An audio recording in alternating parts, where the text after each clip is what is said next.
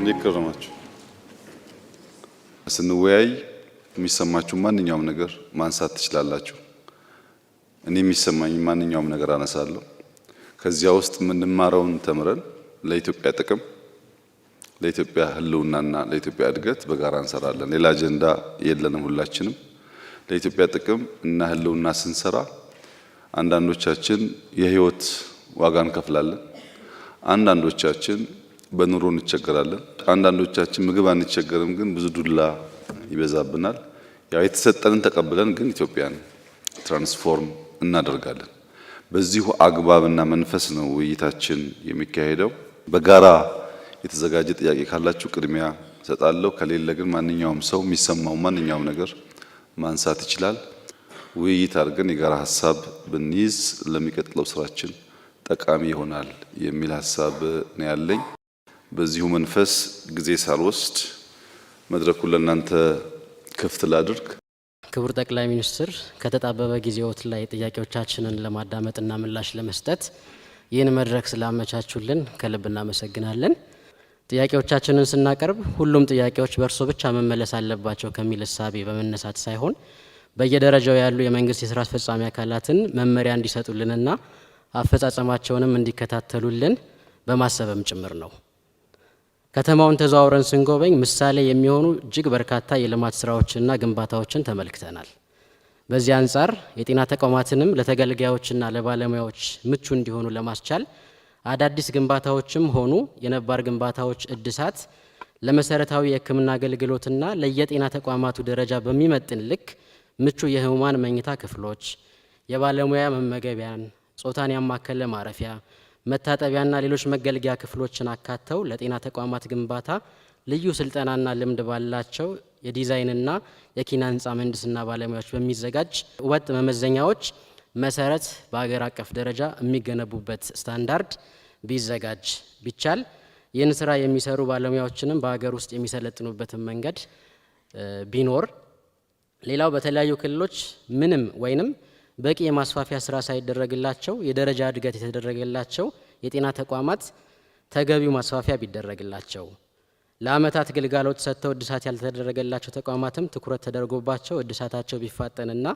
በተጓተተ የግንባታ ሂደት ላይ ያሉ በተለያዩ ክልሎች ያሉ ተቋማትም ግንባታቸው ተቀላጥፎ ወደ አገልግሎት የሚገቡበት መንገድ ቢቀየስ፣ የሕክምና ባለሙያው ከህመምተኞች ጋር አብዛኛውን ጊዜውን እንደማሳለፉ ለተለያየ ተላላፊ በሽታዎች ተጋላጭ መሆኑ ይታወቃል።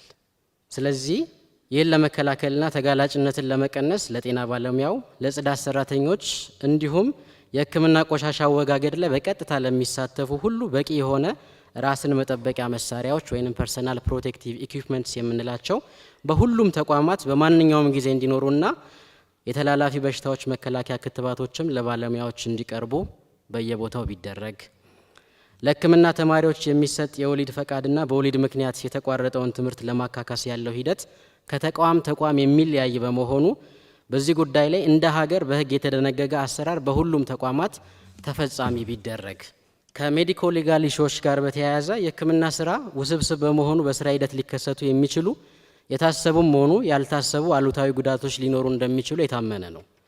በሕግ መዳኘት ያለባቸው ችግሮች ሲከሰቱ ግን የጤና ባለሙያውን ሰብአዊ መብቶችና ክብርን በጠበቀ መንገድ ቢያዙ። ሌላው ከፍርድ ቤት ውሳኔ በፊት ባለሙያዎችን እንደ ጥፋተኛ የሚፈርጁ የሚዲያ ዘገባዎችና ውንጀላዎች ስራቸውን በአግባቡ የሚሰሩ ባለሙያዎችን ጭምር ከመጉዳት ባሻገር ማህበረሰቡ በጤናው ስርዓት ላይ ያለውን አመኔታ ይሸረሽራሉ።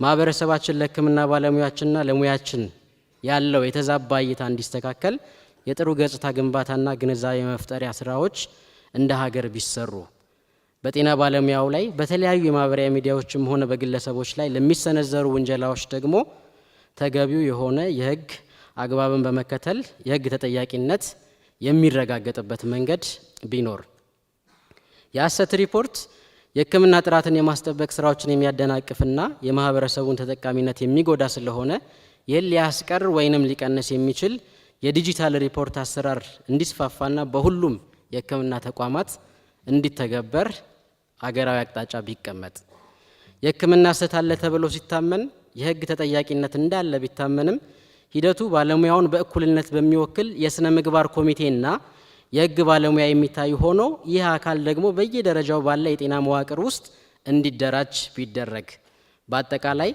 በጤና ተቋማት ውስጥ የተሟላ የህክምና ግብዓት በሌለበት ሁኔታ ባለሙያው ታካሚውን ለመርዳት በሚሰጠው አገልግሎት ለሚከሰቱ ተጓዳኝ ጉዳቶች በቂ የሆነ የህግ ከለላና አያያዝ ቢመቻች፣ ከመድኃኒትና የህክምና ግብዓቶች አቅርቦት ጋር በተያያዘ አካባቢያዊ የሆነ የበሽታ ስርጭትንና ፍላጎትን ያማከለ ፍትሐዊ የመድኃኒትና የህክምና ግብዓቶች ክፍፍል ሊኖር ይገባል ብለን እናምናለን። የኢትዮጵያ የመድኃኒት አቅራቢ ኤጀንሲ በበቂ ሁኔታ የጤና ተቋማትን ፍላጎት ማሟላት ላይ ውስንነቶች ስላሉበት አቅሙ የሚጠናከርበት አሊያም ደግሞ ተወዳዳሪ አቻ ተቋማት የሚደራጁበት መንገድ ቢመቻች፣ ወራትን የሚወስደው የመድኃኒትና የህክምና ግብዓቶች የግዢ ስርዓትም ሂደቱን በሚያፋጥን አሰራር የሚተካበት መንገድ ቢኖር፣ ጤና ተቋማት ከውስጥ ገቢያቸው ላይ በቀጥታ የመድኃኒትና የህክምና ግብዓቶች ግዢ እንዳይፈጽሙ ማነቆ የሆነው የተወሰነ የገንዘብ መጠን ጣሪያ አሰራር ማስተካከያ ቢደረግበት ከውስጥ ገቢ አንጻር ማለት ነው።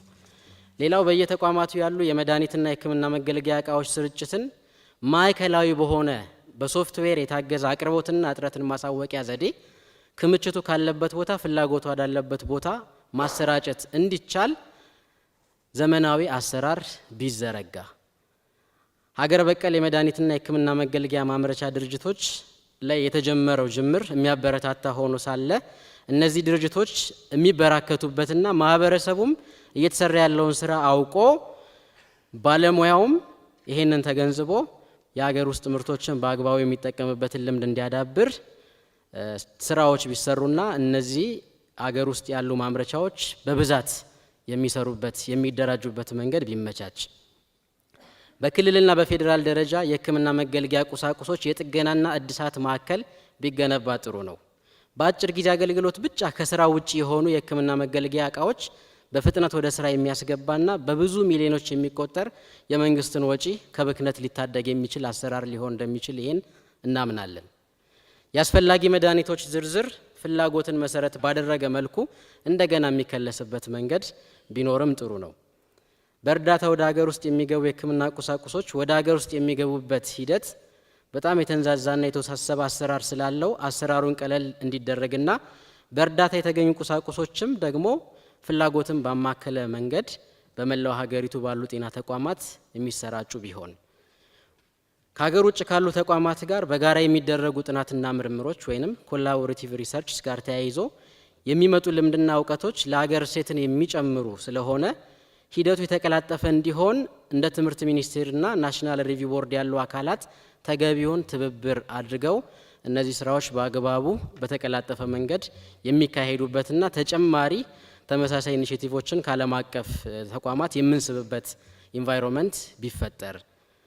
ሌላው ከክፍያ ነፃ በሚሰጡ አገልግሎቶች ላይ ክፍያዎች ሊተኩ የሚችሉበት ግልጽ የሆነ አሰራር ስለሌለ ተቋማት ከሌላ አገልግሎት የሚያገኙትን ገቢ ወደ ነፃ አገልግሎቶች ድጎማ ይወስዳሉ። ይህም የውስጥ ገቢው እንዳይዳብር እንቅፋት እየሆነ ነው።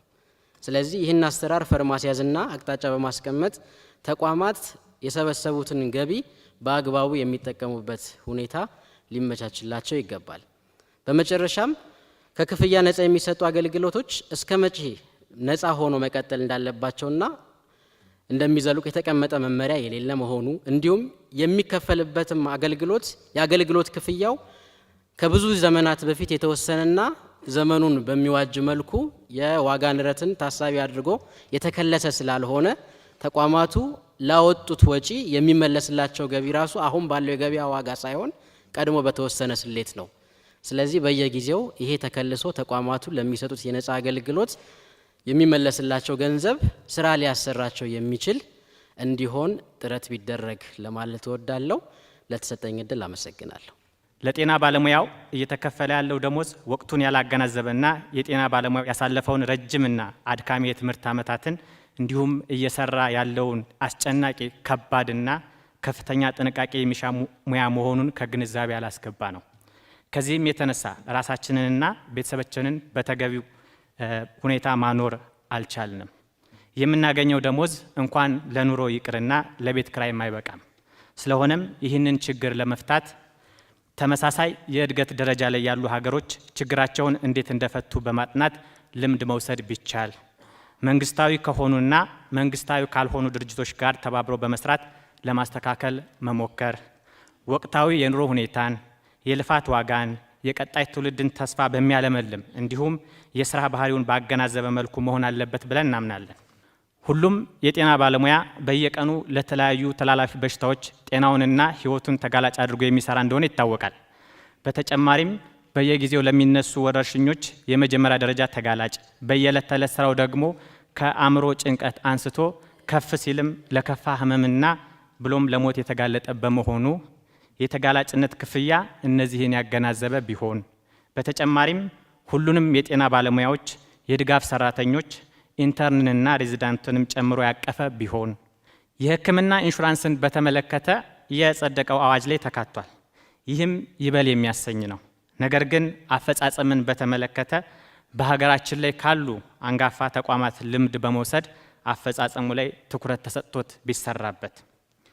በሀገሪቱ የትራንስፖርት ችግርን ለመቅረፍ መንግስት እየሰራቸው ያሉ ጥረቶችን ተገንዝበናል። የስራ ባህሪያችን መግቢያና መውጫ ሰዓት እንደሚታወቀው እንደ ታካሚው ሁኔታ የሚወሰን በመሆኑ ልዩ የስራ ዘርፍ ያደርገዋል። ስለዚህ የስራ ሰዓትን ባማከለ መልኩ የትራንስፖርት አገልግሎት ቢካተት። የመኖሪያ ቤት ችግር የጤና ባለሙያው ትልቁ ፍርሃት ነው። ካለበት የኢኮኖሚ ውስንነት የተነሳ ያለ መንግስት ድጋፍ ቋሚ ንብረት ማፍራት ይቸገራል። ሆኖም ይህ ችግር የሚፈታው በተዋረድ ከፌዴራል ጀምሮ እስከ ክልል አስተዳደር እንደሆነ እንገነዘባለን። ይህ ተግዳሮት ቢፈታለት ለህክምና ባለሙያው ያለ ሀሳብ ስራውን መስራት እንዲሁም ማህበረሰባችንን ማገልገል የሚችልበት ሁኔታ ይፈጠራል። ይህንንም ችግር ለመፍታት የህክምና ባለሙያውን የአቅም ውስንነት ታሳቢ በማድረግ በአነስተኛ ኪራይ ቤቶችን ከማመቻቸት ጀምሮ እስከ መሬትና ቤት መስሪያ ብድር በአነስተኛ ወለድ ማመቻቸት የመሳሰሉትን የመፍትሄ አማራጮች መንግስት እሳቤ ውስጥ ቢያስገባ፣ የህክምና አገልግሎት እየሰጡ የሚኖሩ ባለሙያዎች ማለትም ሬዚዳንት፣ ፌሎና የመሳሰሉ የጤና ባለሙያዎች የመኖሪያ ቤት አገልግሎት በሚሰጡበት ተቋም እንዲመቻችላቸው ህግም እንዲወጣላቸው፣ በተያያዘም በየተቋማቱ ያሉ ነገር ግን ያልተጠናከሩ የብድርና ቁጠባ ተቋማትን ማበልጸግና አቅማቸውን ማሳደግ ቢቻል የመፍትሄ አካል እንደሚሆኑ እናምናለን። የትርፍ ሰዓትን በተመለከተ የህክምና ሙያ በባህሪው በስራ ሰዓት መገደብ አስቸጋሪ ነው። ስለሆነም የህክምና ባለሙያዎች ሌት ከቀን አዘቦትም ሆነ በዓል ሳይሉ ለህዝባቸው ለማገልገል ይደክማሉ። ሆኖም ግን ከመደበኛ ሰዓት ውጭ ለሚሰሩት ስራ የሚከፈላቸው የትርፍ ሰዓት ክፍያ የአሰሪና ሰራተኛ ጉዳይ አዋጅ 1156 ዝባር 2011ን የተከተለ አይደለም። ይህንንም አዋጅ የህክምና ባለሙያውን ድካም በመጠኑም ቢሆን የሚክስና ተነሳሽነትን የሚያመጣ ተግባር በመሆኑ አትኩሮት ተሰጥቶት እንዲፈጸም ስንል በትህትና እንጠይቃለን። ሰሞኑን ዞር ዞር እያልን አንዳንድ እየተሰሩ ያሉ ሀገራዊ ፕሮጀክቶችን ለመመልከት ችለናል። እነዚህም በተመለከተን ጊዜ በእውነት ሀገራችን ኢትዮጵያ ተስፋ አላት ብለናል። እንደዚሁም ደግሞ እርስዎ ሁሌ እንደሚሉት ሀገራችን ኢትዮጵያ ለሚቀጥለው ትውልድ የበለጸገች የታፈረችና የተከበረች ሆና ትሸጋገራለች ለሚቀጥለው ትውልድ የሚለውን በእውነት ስራ ላይ ማዋል እንደሚችል የሚያሳዩ ናቸው የተሰሩ ስራዎች። የጤና ሴክተር መተዳደሪያ መመሪያዎች፣ ደንቦችና አሰራሮች ጤና ሚኒስቴር በራሱ እያወጣ ብንተዳደርባቸው የሚል ሀሳብ እናቀርባለን። ምክንያቱም በሲቪል ሰርቪስ የሚወጡ መመሪያዎችና ደንቦች የጤናውን ሴክተር ባህሪ ያላገናዘቡ ናቸው። ስለዚህም የጤና ሚኒስቴር ነጻነት ኖሮት የሴክተሩን መመሪያዎች፣ አሰራሮችና ደንቦች ማዘጋጀት እንዲችል የህግ ማዕቀፍ ቢዘጋጅ የሚል ሀሳብ ነው። ሁለተኛው ከዚህ በፊት የተጀመረው የሶሻል ሄልዝ ኢንሹራንስ ህብረተሰቡን ወይም ደግሞ ደሞዝ ተከፋዩን የኢትዮጵያ ዜጋ በማወያየት እንደገና ወደ ስራ እንዲገባ የሚል ነው። ሶስተኛው ለጤና ሴክተር የሚመደበው በጀት ከጊዜ ወደ ጊዜ እየተሻሻለ እንደመጣ እንረዳለን።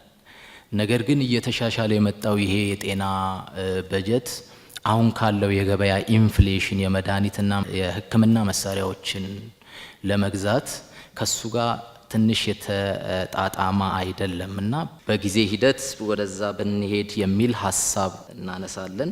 አራተኛ የጤና ስራ በባህሪው በፍጥነት ተለዋዋጭ ስለሆነ ጤናን የሚመለከቱ የጤና አዋጆች፣ መመሪያዎች እንዲሁም ህጎች ጊዜያቸውን ጠብቀው ቶሎ ቢታደሱ። አምስተኛው የጤና ተቋም ኃላፊዎች በተለይም ደግሞ በጤና ጣቢያና ሆስፒታሎቻችን የሚመደቡት ሜሪትን ቤዝድ ባደረገ ግልጽ ውድድር ተደርጎበት ከጤና ባለሙያዎች መካከል እነዚህን የጤና ተቋማት ያሳድጋሉ፣ ይለውጣሉ የሚባሉ ሰዎች ቢመደቡና ቢያስተዳድሯቸው የሚል ሀሳብ ነው። በመጨረሻም ሆስፒታሎቻችን በቦርድ ነው የሚተዳደሩት። ነገር ግን አሁን ያለው የጤና ተቋማት ቦርዶች አባላት ተደራራቢ የህዝብና የመንግስት ኃላፊነት ባላቸው ሰዎች የተወከለ ስለሆነ ጊዜ ሰጥተው ሆስፒታሎችን ለመከታተልና ወሳኝ ውሳኔዎችን ለማስተላለፍ ትንሽ አስቸጋሪ ሆኗል። ስለዚህ የሆስፒታሎቻችን የቦርድ አደረጃጀቶች እንደገና ቢከለሱና ቢታዩ የሚል ሀሳብ ነው። አመሰግናለሁ። ከተለያዩ የጤና ባለሙያዎች በየደረጃው ከተነሱ ጥያቄዎች መካከል ሙያና የትምህርት እድልን ያካተቱ ጥያቄዎችን ቀጥሎ አቀርባለሁ።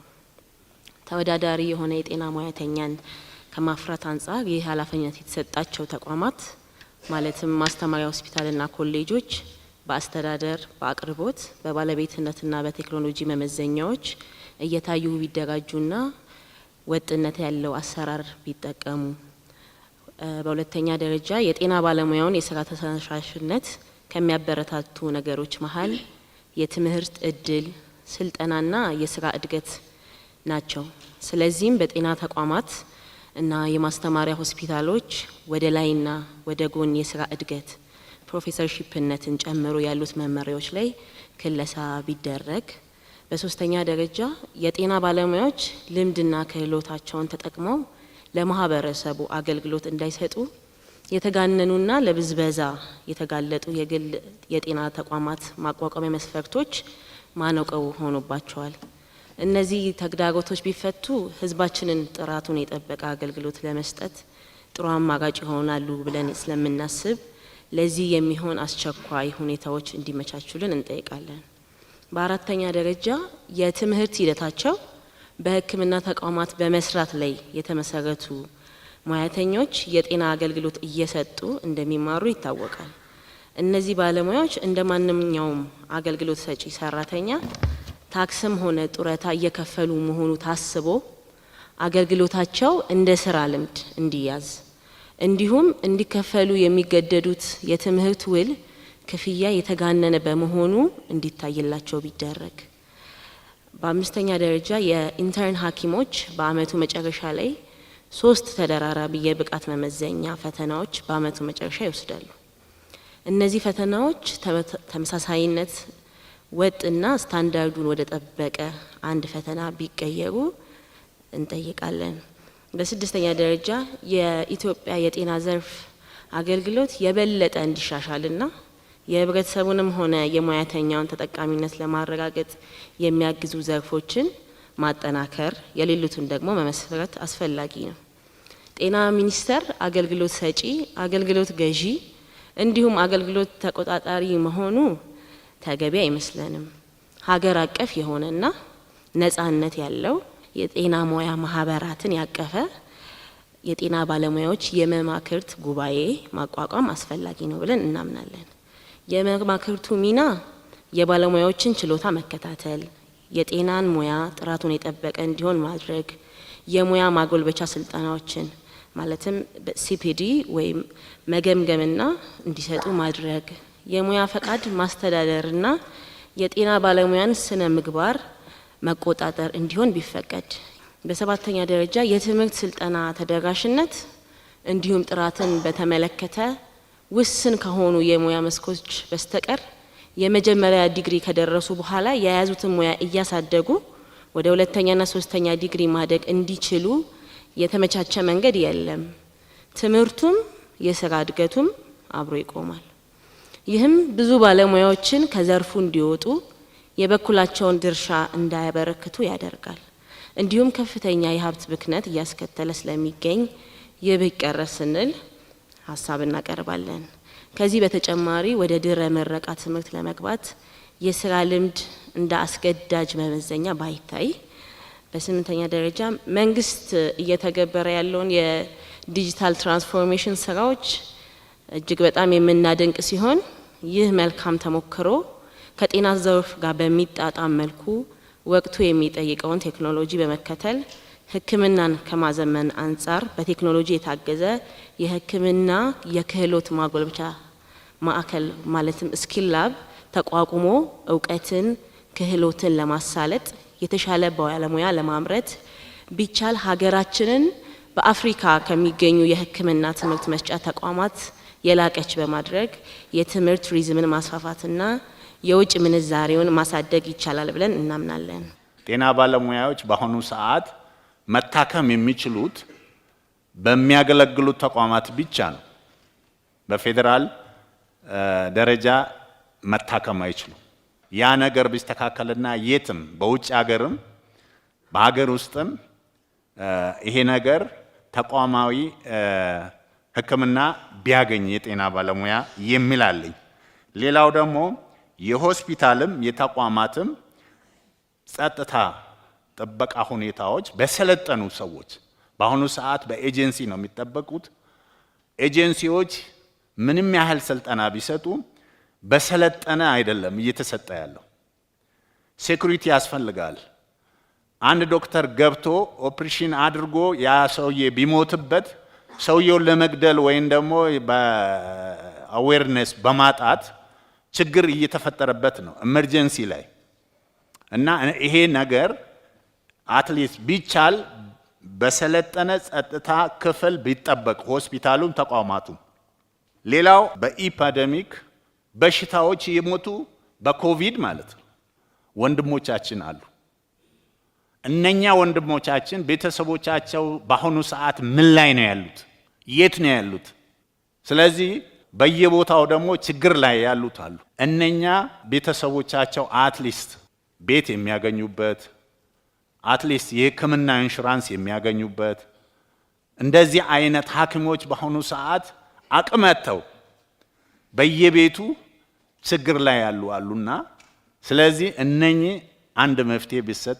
ሌላው ለመከላከያ በአየር ኃይል በቴሌ ሌሎችም ተቋማት ላይ ሪፎርም እንደሚደረግ በጤና ተቋማት ላይ ስትራክቸራዊ ነገር ሪፎርም ቢደረግ የሚል ሀሳብ ነው ያለኝ። ሌላው ትላንትና ያየናቸው የጎበኘናቸው እንኳን ለኢትዮጵያ ለአፍሪካም ኩራት ስለሆነ በእርሶ አመራር በጣም ደስ ይለናል። አመሰግናለሁ። የጤና ባለሙያው የሚያነሳው ጥያቄ ምናልባት አንዳንድ ለውጡን የማይፈልጉ የስልጣን ጥም ያለባቸው ፖለቲከኞች ደካማ ጎናችንን በማጥናትና ጥያቄያችንን በመጥለፍ ለራሳቸው የፖለቲካ ትርፍ ማስገኛ አድርገው ለመጠቀም ሲሞክሩ በተለያየ ሚዲያ ሲያራግቡት ተመልክተናል። ነገር ግን የኛ የጤና ባለሙያዎች ጤና ኤክስቴንሽኖችን ጨምሮ ጥያቄያችን ከኛው ከራሳችን ከጤና ባለሙያችን አንደበት እንዲሁ ፊት ለፊት ከምንናገረው ውጭ የተለየ ይዘት ሊሰጠው አይገባም። በጤና ኤክስቴንሽን አንዳንድ ነገሮች ያልተነሱ ስላሉ እነሱን ለማንሳት ነው።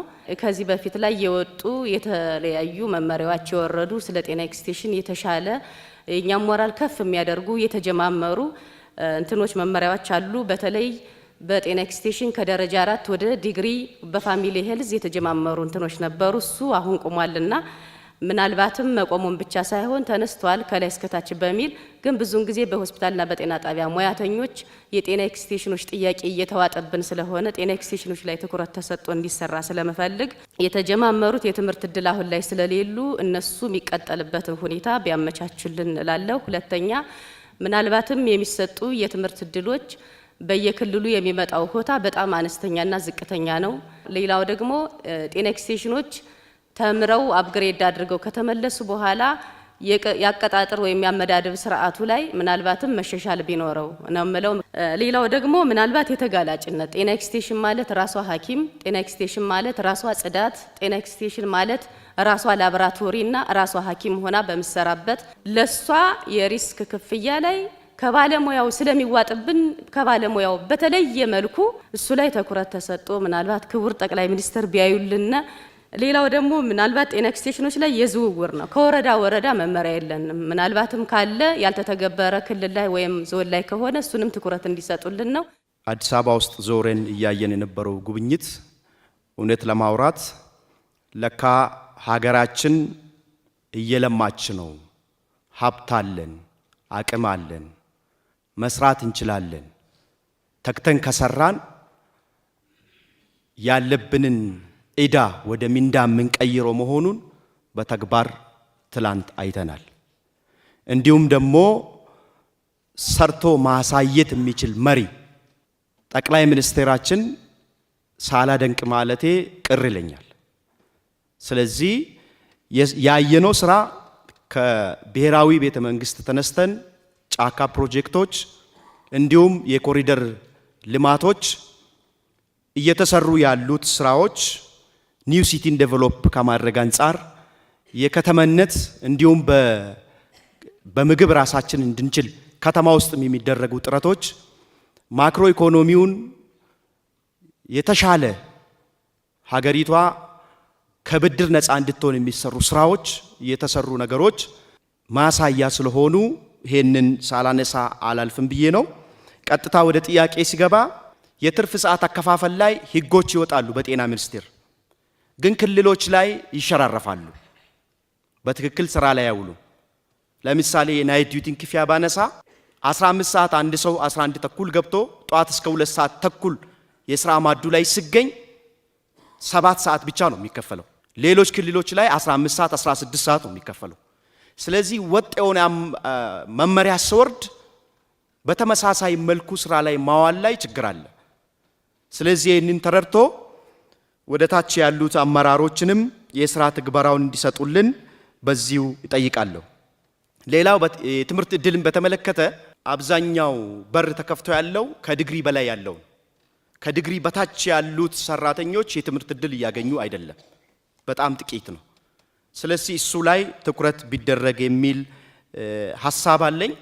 ሌላው የሕክምና ግብአትና የመድኃኒት አቅርቦት ዙሪያ ላይ ለምሳሌ ከመንግስት የሚያዙ በጀቶች ለአንድ ፕራይመሪ ሪስክ ዩኒት ለጤና ጣቢያ 300 ሺህ የዛሬ 8 ዓመት የወጡ ህጎች ናቸው።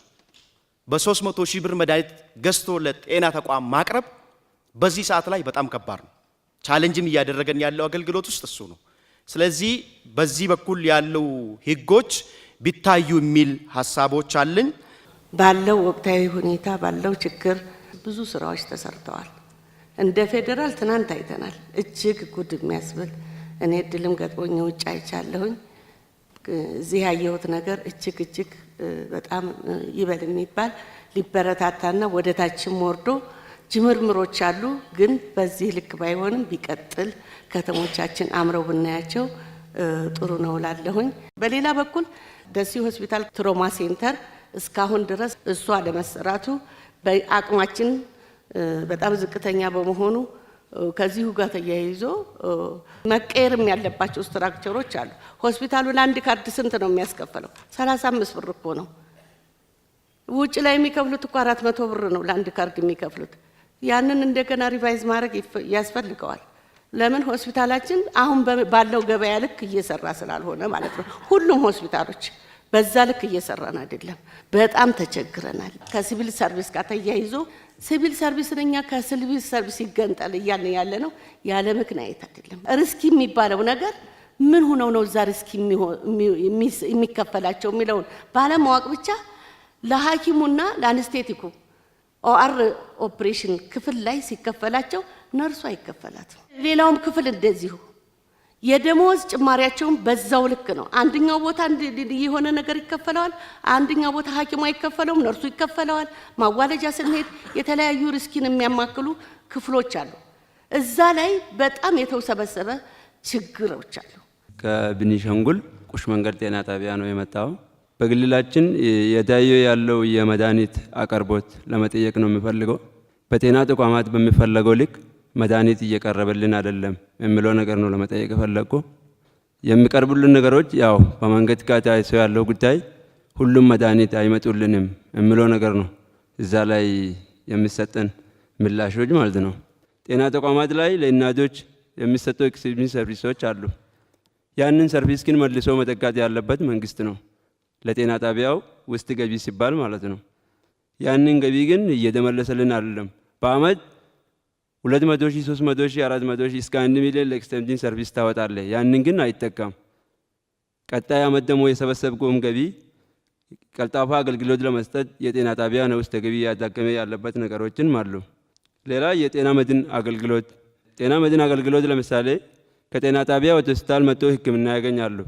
ከሆስፒታል ደግሞ ወደ ፌደራል ሪፈራል የሚደረጉ ሰዎች እዛው ላይ ነው ጤና መድናችሁ ድዶ ሌላ እዚህ ሕክምና የሚሰጥበት ብር ፈልጎ ይታከማሉ። እዚህ ላይ እሱ ከሆስፒታል ወደ ፌደራል ሪፈር የሚደረጉ ወይም ጥቁር አንበሳ ሪፈር የሚደረጉ ሰዎች እዚህ መጥተው በጤና መድናችሁ የሚታከሙበት ነገር ቢመቻች የሚለው ነገር ነው። የትናንትናው ጉብኝታችን ሲጀምር በርካታ ብዙ ሀብት የፈሰሰባቸው ብዙ ስራዎች እንደተሰሩ ለማየት ችለናል። ይህ ጥሩ ነው። ሁለተኛው ነገር ዲዩቲ ላይ ተነስቷል ብዙ ጥያቄ። ተጨማሪ በጣም በአንክሮት መያዝ ያለበት ያከፋፈሉ ጉዳይም ነው። ወራት 8 ወር ድረስ ደቡብ አካባቢ የሚቆዩ አሉ። እኛ እንደ አማራ ክልል እንኳን አሁን ከየካቲት ወር ወዲህ እስካሁን ያልተላከበት ሁኔታ አለ። በተለይም የኑሮ ውድነት ማሻሻያ የተጨመረችው እሱ ታሳቢ ተደርጎ አልተላከም። ክልል ስንጠይቅ ከገንዘብ ቢሮ አልተላከልንም አይነት ምላሽ ይሰጣል። አሁን በጀት ዓመቱ መዝጊያ እየደረሰ ነው። ስለዚህ ይህ አስቸኳይ ውሳኔና መፍትሄ የሚፈልግ ጉዳይ ነው። እስካሁን የ2 ወር ያልተከፈለ አለ። እነዚህ በየቦታው ያሉ ትልቅ ችግር እየፈጠሩ ባለሙያው ላይም እንደ ልቡ እንዳይሰራ ምክንያቱም ደሞዛችን ያው የሚታወቅ ነው። ቢያንስ ደግሞ ዲዩቲው እንኳን እየደጎመ ነው የምንንቀሳቀሰው። ይሄ ሲዘገይ ደግሞ የሚፈጥረው ችግር ትልቅ ክፍተት ይፈጥራልና አስቸኳይ መፍትሄ እንዲሰጠው። ከደረጃ እድገት ጋር ተያይዞ በቅርቡ 2 ዓመት ነበረ በፊት፣ አሁን ወደ 3 ዓመት እንዲሆን ተደርጓል። ይህ ስለምን ሆነ? ከ3 እንደገና 1 ዓመት ወደ ኋላ የቀነሰበት ምክንያት ምንድን ነው? ይህም ወደ ነበረበት መስተካከል አለበት ብዬ አስባለሁ። ፈተናዎች ሕክምና ትምህርት ውስጥ ያው ዘመናችንን በፈተና ነው የምናሳልፈው። ቅድም የተነሳው አለ ኢንተርንሺፕ ከጨረሱ በኋላ ተብሎ እንደገና ሬዚደንሲ ትምህርት ከመጀመሩ በፊትም ጋት አለ፣ ኤአርኤምፒ አለ። እነዚህ በጣም ተደራራቢ ፈተናዎች አስፈላጊነታቸው ምን ያክል ነው? ኤአርኤምፒው ያው ጥያቄ የለውም፣ እሱ ግዴታ ያስፈልጋል። ጋቱ እንደ ግዴታ ሆኗል ከቅርብ ጊዜ ወዲህ። ይህስ ከምን አንጻር ነው እንደ ግዴታ የሆነው እና አስፈላጊነቱ ለጤና ባለሙያው የስፔሻሊቲ ትምህርቱን ለመማር የሚለው ይታይ። ጋምቤላ ክልል ከዚህ በፊት የማይታወቅ ክልል ነበር። ክልሉ በአገሪቱ የሚወሰኑ ውሳኔዎች ተሳታፊው አልነበረም። ግን በብልጽግና መንግስት አስፈጻሚ እንዲሆን ተደረጎ ክልሎች ጋር የራሱን ችግር በየመድረኮቹ እርሱ ባሉበት እየተናገሩ የሚደመጥበት ሁኔታ ተፈጥሯል። ይህ እንደ ትልቅ ለውጥ ልናይ እንችላለን። እንደ ጋምቤላ ክልል ድንበር ላይ ነው ያለ ነው። ከጎናችን ያለችዋ ደቡብ ሱዳን ናት። ሬፊጂ ወይንም ስደተኞቹ በጋምቤላ ክልል ሆስት እየተደረጉ ነው የሚገኘው። እንደ ክልል ደግሞ ይህንን ስደተኞችና ያለውን የራሱን ማህበረሰብ ማስተናገድ የሚችል የሕክምና ተቋም የለም። ያም ደግሞ እንደ ችግር ታይቶ ምናልባት ይህንን በደንብ ከእንደገና ብናይ እና የክልሉ አቅም እንትን እንዲደገፍ የተሻለ ተቋም እንዲኖራቸው እንዲሁም በክልሉ ዩኒቨርሲቲ ስላለው በዩኒቨርሲቲ ደረጃ የሚደረጉ የሕክምና ተቋማቶች ስላሉ ያንን በክልሉ ተመሳሳይ አገልግሎት እንዲደረግ የሚችልበት ሁኔታ ቢፈጠርልን የሚል ጥያቄ ለማቅረብ ነው። በሌላ ቋንቋ ደግሞ ያው ድንበር ከመሆኑን አንጻር ለነዚህ ወረርሽኞች ቅድሚያ የሚደረጉ ዝግጅቶች እንዴት መከላከል የሚችልበት ሁኔታ ተጠናክሮ ለየት ያለ ባለው መልክ ቢታይልን ጥያቄ ለማንሳት ነው። ወደ አፍሪካ የልዕቀት ማዕከል የአመራር የልዕቀት ማዕከል ስንገባ ገና ከመግቢያው ጀምሮ ተደመምሁኝ። ጫካ ውስጥ ያለ በጣም ለአእምሮ ፈዋሽ የሆነ ተቋም ውስጥ ገባነ፣ ተገረምሁኝ። ከዛም ከየሩሞቹ ስንገባ የሚገርም ለጤና ምቹ የሆኑ እንትኖችን አየን። ከምጠይቃቸው ጥያቄዎች ጋር እንትንላለሁ። እኛ በሕክምና ስንማር ጥሩ ሐኪም መሆን ዲሲፕሊን መሆን እንደ ጽድቅም ቆጥረን አገልግሎት መስጠቱ ላይ ስለሆነ አመራር ላይ በዘላቂነት ክፍተት ሳይኖር የሚመሩ ባለሙያዎች በሹመት ሳይሆን በሜሪትና በዚህ በስልጠና ተቋሙ ታግዘው የሚመሩ ሰዎች ቢኖሩ ብዬ ተመኘው። እንማራለን፣ እናክማለን። በፍላጎታቸው ተመስርቶ ተመራማሪዎችና አገርን ራሷ እንድትችል የሚያደርግ የምርምር ተቋም ቢኖር እንደ ሊደርሽፑ ተቋም የሚል ሀሳብ ለማንሳት ነው። ሌላው አሁን ለምሳሌ እኔ ተምሬ ስሄድ የተለየ ጥቅም ፈልጌ ሳይሆን ክፍተት ሞላለው ብዬ ነበር የሄዱትና ወደ ተቋሜ ስመለስ መረጃህን ፋይልህ ጋር ያይዝ ነው የተባልኩት እንጂ በስፔሻሊቲና በሳብ ስፔሻሊቲ መካከል አንድም አይነት የጥቅም ልዩነት የለም። ይህ የኔን ጥቅም ከማንሳት ብቻ ሳይሆን ወደፊት ሰዎች እንዲማሩ ይህ ሞዴል እየሆነ አይደለም። ያንም ከሰለጠኑ በኋላ ሙያቸውን ዘው የአፍሪካ ሀገር አንድም ወጭ ሳታወጣ ለ30 ዓመት የለፋች ሀገር ዝም ብለው ይሸምቱታል ይህን ሙያተኛና በተለይ የሙያ ፍልሰት ስጋቴ ለትውልድ ጋፕ እየተፈጠረ ቫኪዩም እየተፈጠረ ነውና ይህ እንትን ቢባል። በሌላ የትምህርትና ስልጠና ወጪ መጋራት በጣም የተጋነነ መሆኑ ተነስቷል። እሱ ብቻ አይደለም።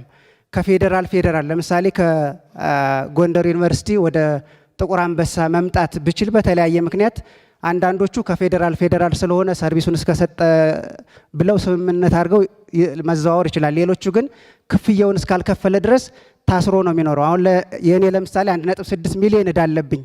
ይህን እስከምከፍል ድረስ ምናልባት እድሜን ሙሉ እዛ ነው የምኖረው። ለመልቀቅ አልፈልግም፣ የምኖረው እዛው ነው። ይህ እንዲታይ ነው። የሙያው ስነምግባር ባልጠበቀ መልኩ አንዳንድ አካባቢ ላይ የስራ አድማና ሁከቶች በመፍጠር ጥያቄን አግባብ ባልሆነ መልኩ የተጠየቀበት መልኩ በጤና ባለሙያ ስም ይቅርታን መጠየቅ እፈልጋለሁ። በመቀጠል የተጠየቁ ጥያቄዎች አንደኛው የቤት ጉዳይ ነው።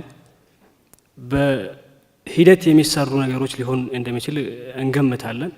እስከዛ ግን በተለይ እንደ ክልል ፓስቶራሊስት ኮሚኒቲ እንደመሆናችን መጠን በተለይ ገጠራማ አካባቢ ላይ ጤና ኬላ፣ ጤና ጣቢያ ያሉ ባለሙያዎች ቤት አልባ ናቸው። እዛው የሚሰሩበት ኢመርጀንሲ እዛው በሚያዋለዱበት ክፍል ነው እያደሩ እያከሙ ያሉት። ሴፍቲያቸው ምን ያህል እንደሆነ ማንም የሚገምት ጉዳይ ነው።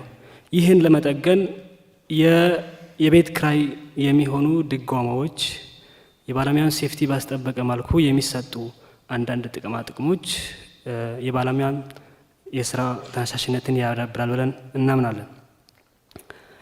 በመቀጠል ያልተነሳ ብዬ የማስበው የጤና ባለሙያ የዶክመንት አውተንቲኬሽን ነው። የሙያ መረጋገጫና ትክክለኛው ባለሙያ የሆኑም አሉ፣ ባለሙያነት ያልሆኑ ባለሙያ እንደ ሀገርም እስከ ፌዴራል እስከታች ባለው ድረስ ሊኖሩ ይችላሉ። ይህ ጉዳይ ተጣንቶ ትክክለኛውና ጥራት ያለው ሕክምና አገልግሎት ለማህበረሰቡ እንዲቀርብና በተጣራ መልኩ ተጣርቶ ያን ነገር የዶክሜንት አውተንቲኬሽን የሚረጋገጥበት መንገድ ቢፈጠር። በትግራይ ስፔሻሊ በጦርነቱ ጊዜ ከተጎደሉት ሴክተሮች አንዱ ሄልዝ ነበር። ከጦርነቱ በኋላ የጤና ሚኒስቴር፣ ፌዴራል አቋሞች እና አንዳንድ ኤንጂኦች ለመልሶ ግንባታ የተሰራውን ስራ ላመሰግን ፈልጋለሁ። ግን አንዳንድ ተቋም ስፔሻሊ እንደ አይደር ያሉ ትላልቅ ዩኒቨርሲቲዎች ስቲል ከጦርነት በፊት የተጀመሩ ፕሮጀክቶች ቆሞ ነው ያሉት። እነሱም በልዩ ሁኔታ ታይተው አገዝ እንዲደረግ፣ ለምሳሌ የካንሰር ማዕከል ተጀምሮ እስካሁን ቆሟል ያለው። ትላንትና በምጎበኝበት ሰዓት በጣም ብዙ ትኩረቴን የሳቡ እንዲሁም ደግሞ ሀገሬ ላይ ያለውን ነገር ከዚህ በቃ ተመሳሳይ አሁን ለምሳሌ ኮሪደር ልማት ሀረር ላይም ያለውን ነገር በጣም በጣም አትራክቲቭ የሆነ ነገር ነው እያየሁ ያለሁት። እንደዛ ከሆነ ለምን ጤና ሚኒስቴር ለምንድን ነው እንደዛው ሙሉ ከላይ አንስተን እስከታች ዩኒፎርም የማናረገው? ምክንያቱም ህግ አለ፣ በህግ ነው መመራት ያለብን። በጽሁፍ የተያያዘ ነገሮች አሉ። ሌላ ደግሞ ኢሲዲ ላይ ትላንትና በጣም የተመቸኝ ነገር ኤርሊ ቻይልድ ዲቨሎፕመንት ላይ እዚህ የተሰሩ ስራዎችን ሲያስጎበኙን ነበርና እውነት እኔ በጣም ነው ደስ ያለኝ። ምክንያቱም አንድ ሰው ከእርግዝና ጀምሮ ወይንም ደግሞ ከዛ ቀደም ብሎ እርግዝና ተካስቶ ወልዳ እስከ 7 ዓመት ያለው ጊዜ ትኩረት ተሰጥቶበት እዛ ጋር የተሰራ ነገር ወደፊትም ለሀገርም ለሁሉ ነገር ስለሚጠቅም እንደ ሀገርም እኔ እንደ ሀረር ወስጃለሁ። ሌሎቻችንም ጤና ባለሙያዎች ኢሲዲ ላይ ትኩረት አድርገን መስራት እንዳለብን እንዲሁም ደግሞ አመራር ተሰጥቶት ኤርሊ ቻይልድ ዲቨሎፕመንት ላይ እንደ ሀገር ቢሰራ የሚል ነው።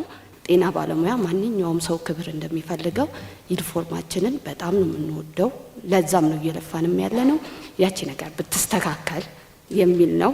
አንደኛ ጥያቄው የጤና ባለሙያ ምደባን በተመለከተ ከዚህ በፊት በአገር ደረጃ ነበር። በተለይ ከመንግስት ዩኒቨርሲቲ የሚመረቁ ባለሙያዎች በጤና ሚኒስቴር ነው የሚመደበው። ይህን የሚያነሳበት ምክንያት እኔም የዛ ውጤት ስለሆንኩ ነው ማለት ነው። እኔ አሁን ዛሬ ከደቡብ ነው የመጣሁት። ተወልጄ ያደግኩት ወደ ምስራቅ ነው። የተማርኩትም እዛው ወደ ምስራቅ አካባቢ ነው ሀረማያ ዩኒቨርሲቲ። ዛሬ ግን ከዚህ በፊት የነበረኝን አመለካከት ዛሬ እዛ መስራቴ በጣም ቀይሯል። ለምንድን ነው ኢትዮጵያዊ ሆኛለሁኝ? ለምንድን ነው ይሄን የምናገረው? እኛ ጤና ባለሙያዎች አገር ውስጥ ተዛዙረን ቋንቋ ሳይገድበን፣ ባህል ሳይገድበን፣ ድንበር ሳይገድበን ዞረን መስራት አለብን። ስለዚህ ይሄ ነገር ምደባ በጤና ሚኒስቴር የሚመደበው ለምንድን ነው የቀራው? ሌላው ጥያቄ ቴክኖሎጂ ጋር ትላንት ያየነው አንድ ነገር አለ። የመሶቦ እንትን ላይ በጣም ቴክኖሎጂ በጣም እኔ በጣም ነው የተደነቅኩት። በጣም እድለኛ ነኝ ይሄን በማየቴ። ጤና ተቋም ከወረቀት ነፃ አገልግሎት ተጀምሯል። አንዳንድ እንደ ፓይሌት አንዳንድ ተቋማት ላይ ተጀምሯል። ስለዚህ እነዚህ አገልግሎቶች በፍጥነት እስከ ታችኛው ድረስ ቢወርድ የሚል ጥያቄ ማንሳት ይፈልጋለሁኝ። ሌላው መጨረሻ ላይ የሚያነሳው ዩናይትድ ስቴትስ ሜዲካል ላይሰንስ ኤግዛም የሚባለው በእኛ ሀገር እስካሁን ድረስ አልተቋቋም። እንኳን የኛ ጎረቤት ላይ በየቦታው ተፈቅዷልና ስለዚህ የኛ ሀገሩም ስለምን እንደማይፈቀደው የሚል ጥያቄ ነው የሚያነሳው። ሌሎች ጥያቄዎች ስላነሱ እኔም እድል ስላገኘው በጣም እጅግ አድርጌ አመሰግናለሁ። በርከት ያሉ ጉዳዮች ተነስተዋል። በዚህ መልኩ መወያየታችን ለኔም በጣም ከፍተኛ ደስታ ፈጥሮብኛል። በእናንተ ውስጥ ያለውን አስፒሬሽን፣ በእናንተ ውስጥ ያለውን ቁጭት፣ በእናንተ ውስጥ ያለውን ህልም በውስጡ ስላየው በጣም ደስ ብሎኛል። ምክንያቱም ያልበለጸገ ሀገር ይሄን ጥያቄ ሊመልስ አይችልም። ጥያቄው እንዲመለስ በዚያ ልክ ያነሳ አእምሮ መለወጥን፣ መበልጸግን፣ መቀየርን ይፈልጋል ማለት ነው። ድህነትን አይፈልግም ማለት ነው። ያን አይቼባችኋለሁ። ብዙ ጠቃሚ መረጃዎችም አግኝቼበታለሁ። አንዳንድ ቀላል የሆኑ በቀላሉ የሚፈቱ ብዙ መነጋገር የማይገቡን ጉዳዮች ለምን የንግግር አጀንዳ እንደሆኑም ለማየት እድል አግኝቻለሁ እና በድምሩ እንኳን ወሰን እንኳን ተገናኘን ከእናንተ ጋር እኛ ብዙ ተምረንበታል። እርግጠኛ ነኝ እናንተም በጉብኝታችሁም በውይይቱም ትንሽዬ ነገር ታገኛላችሁ። ትንሽዬ መማራችሁ አይቀርም፣ ለስራ ያግዛችኋል። አብዛኛው ጥያቄ በግልጽነት ፖዚቲቭ ምላሽ ኤክስፔክት በማድረግ የተጠየቀ ስለሆነ እኔ መልሱንም ስሰጥ እናንተም ላይ ያሉኝን ነገሮች ሳነሳ በዛው ስፕሪት እንዲወሰድ ክሪቲሳይዝም ባደርግ መልስም ብሰጥ ስፕሪቱ ያው ነው። ኢትዮጵያ ውስጥ በጤና ሴክተር መንግስት ትኩረት ይስጥ። በአንዳንድ ሴክተሮች ያየናቸውን ለውጦች ማየት እንፈልጋለን። በልፋታችን በትምህርታችን ልክ ክፍያ፣ በዚያ ልክ ክብር፣ በዚያ ልክ የሚያድግ ኬሪየር ማየት እንፈልጋለን። ትውልድ እኛን እያየ የእኛን ሙያ እንዲመኝ እንፈልጋለን የሚሉ ቀና ቀና ጥያቄዎች ተነስተዋል። ይህን ከፖሊሲ ተነስተን ካላየ ነው ምንም እንኳን ምኞቱ ቢኖርም ምላሹ ሙሉ አይሆንም። ምንድነው እሳቤው ብለን በፖሊሲ ደረጃ ማየት ይፈልጋል። ሁላችሁም እንደምታስታውሱት ከለውጡ በፊት የነበረው የጤና ሴክተር ፖሊሲ መከላከል ላይ ቤዝ ያደረገ ነው። መከላከልን ቅድሚያ የሰጠ የሄልዝ ፖሊሲ የነበረ። ከለውጡ በኋላ መከላከል ላይ ያተኮረ የሄልዝ ፖሊሲ አስፈላጊ ነው። ነገር ግን የታመመ ማከም ላይ ኢኳሊ ግምት ካልሰጠን በቀር በመከላከል ላይ የምንለው ጉዳይ አልፎ አልፎ የሚታመሙ ሰዎች መታከም የማይችሉበትን ነገር ሊፈጥር ይችላል። መከላከል ያስፈልጋል። ከታመመም መታከም አለበት። ለምሳሌ እንደ ኮቪድ ያለ ወረርሽኝ በመከላከል ብቻ የማንገታው አልፎ በሽታው ሲመጣ ያንን በሽታ ማከም የሚያስችል አቅም ካልገነባን የተሟላ የጤና ሴክተር አይኖርንም ብለን 30 ዓመት ገደማ የቆየ የጤና ሴክተር ፖሊሲ ሪቫይዝ አድርገናል። መከላከል ላይ ለምን የኮሪደር ልማትን ከጤና ሴክተር ነጥላችሁ እንዳያችሁ ባላቅም የምንሰራው አጠቃላይ ስራ ያ መከላከል የተባለው በአፍ የተነገረውን በተግባር ለማዋል ለምሳሌ ወክ ማድረጊያ ወኮች መስራት፣ የስፖርት ማዘውተሪያ መስራት፣ የህፃናት መዋያ መስራት። የአዲስ አበባ ሪቨርሳይድ ፕሮጀክት እንደ ፖለቲከኛ ሳትወስዱት አፍሪካ ላይ ያለ ፕሮጀክት አይደለም። ዩኒክሊ በጣም የሚያኮራ ስራ ነው። 20 ምናምን ኪሎ ሜትር የተበላሸ የበሽታ መንስኤ የነበረን ለሪቨርሳይድ ነው ወደ ጤናማና መዝናኛ እየቀየርን ያለነው። ምን ያክል አስቸጋሪ እንደሚሆን ገምቱት እናንተ። ሁሉም የሚሰራው ስራ ከጤና ጋር በቀጥታ ይያያዛል። ንጹህ እንሁን፣ ንጹህ አካባቢ እንፍጠር፣ ሰው ፊዚካሊ አክቲቭ ይሁን ማለት ቀጥታ ከመከላከል ጋር ከጤና ጋር ከኢንዱራንስ ጋር የሚገናኝ ጉዳይ ነው። ያ ስራ ከእናንተ ስራ ውጭ ተደርጎ መወሰድ የለበትም። ሁለተኛው ማከም ላይ ሙያተኞችና ተቋም ግንባታ ነው። በፖሊሲ ለውጥ ምክንያት የመጣውን ውጤት አብረን እናያለን። እነሱን ካየንና አፕሪሼት ካደረግን በኋላ የጎደለውን ደግሞ በዚያው ልክ ለመሙላት መልሰን በእንደዚህ አይነት ምክክር እያጎለበትን እንሄዳለን። የጤና ፖሊሲ ሪቫይዝ ካደረግን በኋላ የጤና ሰርቪስና ቁጥጥር አዋጅም ቀይረናል። ሰርቪሱ መሻሻል አለበት፣ የቁጥጥር አቅሙ ማደግ አለበትን አዋጅ አሻሽለናል። የመድኃኒት ፈንድ አዋጅ አሻሽለናል። ቅድም ተነስቷል በርካታ ጥያቄ። የጤና ስታንዳርዶች ሚኒመም 18 ገደማ ስታንዳርድ አሻሽለናል። በህግ ማዕቀፍ ውስጥ ፖሊሲው፣ አዋጆች፣ ስታንዳርዶች መሻሻል አለባቸው የሚል የጸና እምነት ኖሮን በህግ እነዚያ ጉዳዮች እውቅና እንዲያገኙ አንድ ስቴፕ ተጉዘናል። የጎደለ አለ ሊኖር ይችላል፣ እንፈትሻለን፣ እናስተካክላለን። ኮሚትመንቱ ግን ነበር ማለት ነው። ፖሊሲውን ከ30 ዓመት በኋላ ሪቫይዝ ካደረግን አዋጅ ከቀየርን እንደ መንግስት የጤና ሴክተር በህግ ማዕቀፍ ውስጥ ማሻሻያ ይደረግለት የሚል እምነትና ፍላጎት አለ ማለት ነው። ሙሉ አይደለም ከተባለ ደግሞ በጋራ መፈተሽ ነው፣ ችግር የለውም። ፈትሸን እናስተካክላለን። ግን ጤናን እናንተ ባሰባችሁት ልክ ዝቅ አድርጎ የሚያስብ ከሪፎርሙ የሚያስቀር እሳቤ ግን መንግስት የለውም። የሕክምና ሴክተር ያለው ፋይዳ የታመመን በማከም አይደለም፣ ማህበረሰብ በማንቃት ደረጃ። ያመመህ እኮ እጅህን ስላልታጠብክ ነው፣ ያመመህ እኮ ፕሮፐር ቦታ ሬስትሩም ስለሌለህ ነው ብሎ የሚያስተምር አይደለም። ጤና ሙያተኛ ማለት የሰውን ያኗኗር ዘዬ የሚቀይር ዘመናዊነትን የሚያስተምር ማለት ነው። በዚያ ስፕሪት ነው የምንረዳው ያደረግነው።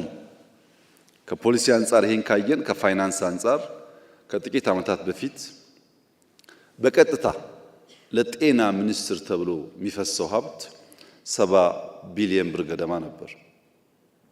አሁን ወደ 130 ቢሊዮን ብር ገደማ ይፈሳል። ይሄ በዩኒቨርሲቲ በህንፃ ግንባታ የሚሄደውን አያካትትም። ለሚኒስትሪ የሚፈሰውን ነው። በቂ ነው ወይ ይሄ ሀብት ካላችሁ በጣም በቂ አይደለም። ንጽጽራችሁ ትክክል አይደለም። የትኛውም ጎረቤት ሀገር ለሕክምና ኢትዮጵያ የምታወጣውን አያወጣም። ማንም የኤንጂኦ እና የፕራይቬት ሴክተር የሚያደርገውን ሕክምና መታችሁ ከመንግስት ጋር እንዴት ተወዳደራላችሁ? ማንም የኛ ጎረቤት ኢትዮጵያ መንግስት የሚያወጣውን ለሕክምና ሴክተር አያወጡም። ኦፍ ኮርስ ኤንጂኦዎች ያወጣሉ፣ ፕራይቬት ሴክተር ያወጣል። ይሄን ደግሞ እናንተ ማጥናት ትችላላችሁ፣ ችግር የለውም። ኢንፍራስትራክቸር የኢትዮጵያ መንግስት ለመገንባት የሚያደርገውን ጥረት የትኛውም ጎረቤት ሀገር አያደርግም። አንዳንዶቹ ፉሊ ዲፔንደንት ናቸው በኤንጂኦ እና በደጋፊ ሀገራት ላይ እና ኮምፓሪዝኑ የፐብሊክ ኢንቨስትመንት እና የፕራይቬት ኢንቨስትመንትን ያለየ ከሆነ አይሆንም። ለምሳሌ ባለፈው ዓመት 9 ቢሊዮን ብር ድጎማ ያደረግነው ለመድኃኒት ነው። ማዳበሪያ ደጎምን፣ አርሶ አደሩ ማምረት ስላለብን። ነዳጅ ደጎምን ሁላችንንም፣ ዘን መድኃኒት ደጎምን። ለምን እንዳላችሁት ችግር ስላለ። በዚህ ዓመት ቅድም እንዳነሳችሁት አንዳንድ ሼኮች ስላሉ በጀታችንን ስናይ የሕክምና ሴክተር በደጋፊዎች እጅ መሰብሰብ ምክንያት እንዳይስተጓጎል በሚል ትንሽ ጠርቀም ያለ ነገር ለማድረግ ሞከርን፣ ባለው አቅም ማለት ነው። እና በጀት አድጓል። ያደገበት ልክ ከኛ ዲማንድ አንጻር ግን ገና ነው። ያደገበት ልክ ፕራይቬት ሴክተሩንና ሌሎቹን በማንቀሳቀስ ያለው ውስንነት ደግሞ አጠቃላይ ኢንዱስትሪው የተሟላ እድገት እንዳይኖረው አድርጓል። ይህን ተቀብለን ስናበቃ ነገር ግን አይበቃም። ምናክመው እኮ ከ100 ሚሊዮን በላይ ህዝብ ነው። በሚሊየንስ ይተኛል ሕክምና። አንዳንዱ ታሞ መጥቶ መድኃኒት መግዣ የለውም ብቻ ሳይሆን ምግብ የለውም። እኛ እኮ ምግባችን እናካፍለዋለን።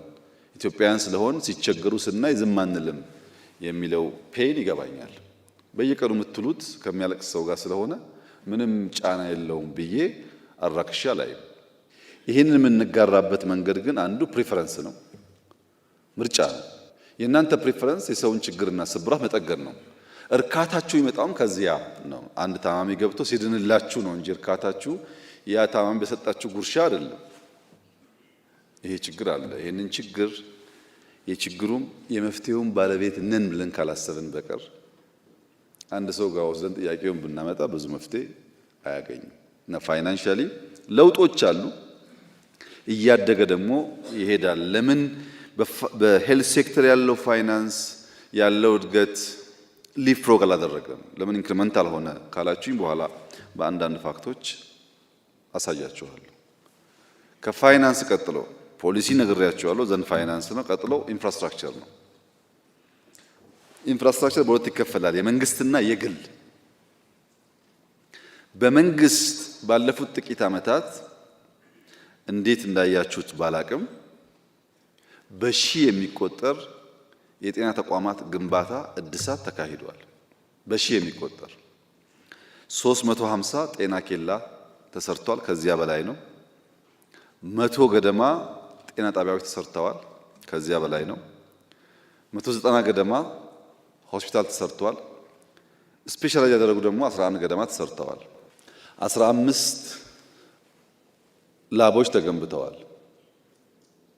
ያልነበሩ በየአካባቢ ያለውን ልዩ ልዩ ዳታ አናላይዝ አድርጎ የበሽታን ትሬንድ የሚያሳዩ ላቦች ተገንብተዋል። 1800 ገደማ የጤና ተቋማት ማስፋፊያና እድሳት ተደርጓል። ተስፋፍቷል፣ ታድሷል። ከ1000 በላይ የጤና ተቋማት ውሃ የሌላቸው የሶላር ሲስተም የሌላቸው ገብቶላቸዋል። ከ1000 በላይ ባለፉት ጥቂት ዓመታት በድምሩ ከ6000 በላይ አዳዲስ ጤና ጣቢያ፣ ጤና ኬላዎች፣ ሆስፒታሎች ተገንብተዋል፣ ታድሰዋል፣ ተስፋፍተዋል። ምን አለ 6000 20,000 ቢሆን ያላችሁኝ እንደሆነ የኔም መሻት ነው። ምንም አልተሰራም ካላችሁ ግን ትክክል አይመጣም። ብዙ ኢንፍራስትራክቸር ላይ ኢንተርቪን አድርገናል። የመንግስት ኢንተርቬንሽን እንደ ኢትዮጵያ በጣም ጠንካራ የሆነባቸው ሀገራት ካልሆኑ በቀር ሌሎቹ ጋር እንደዛ አይነት ነገር አይታይም።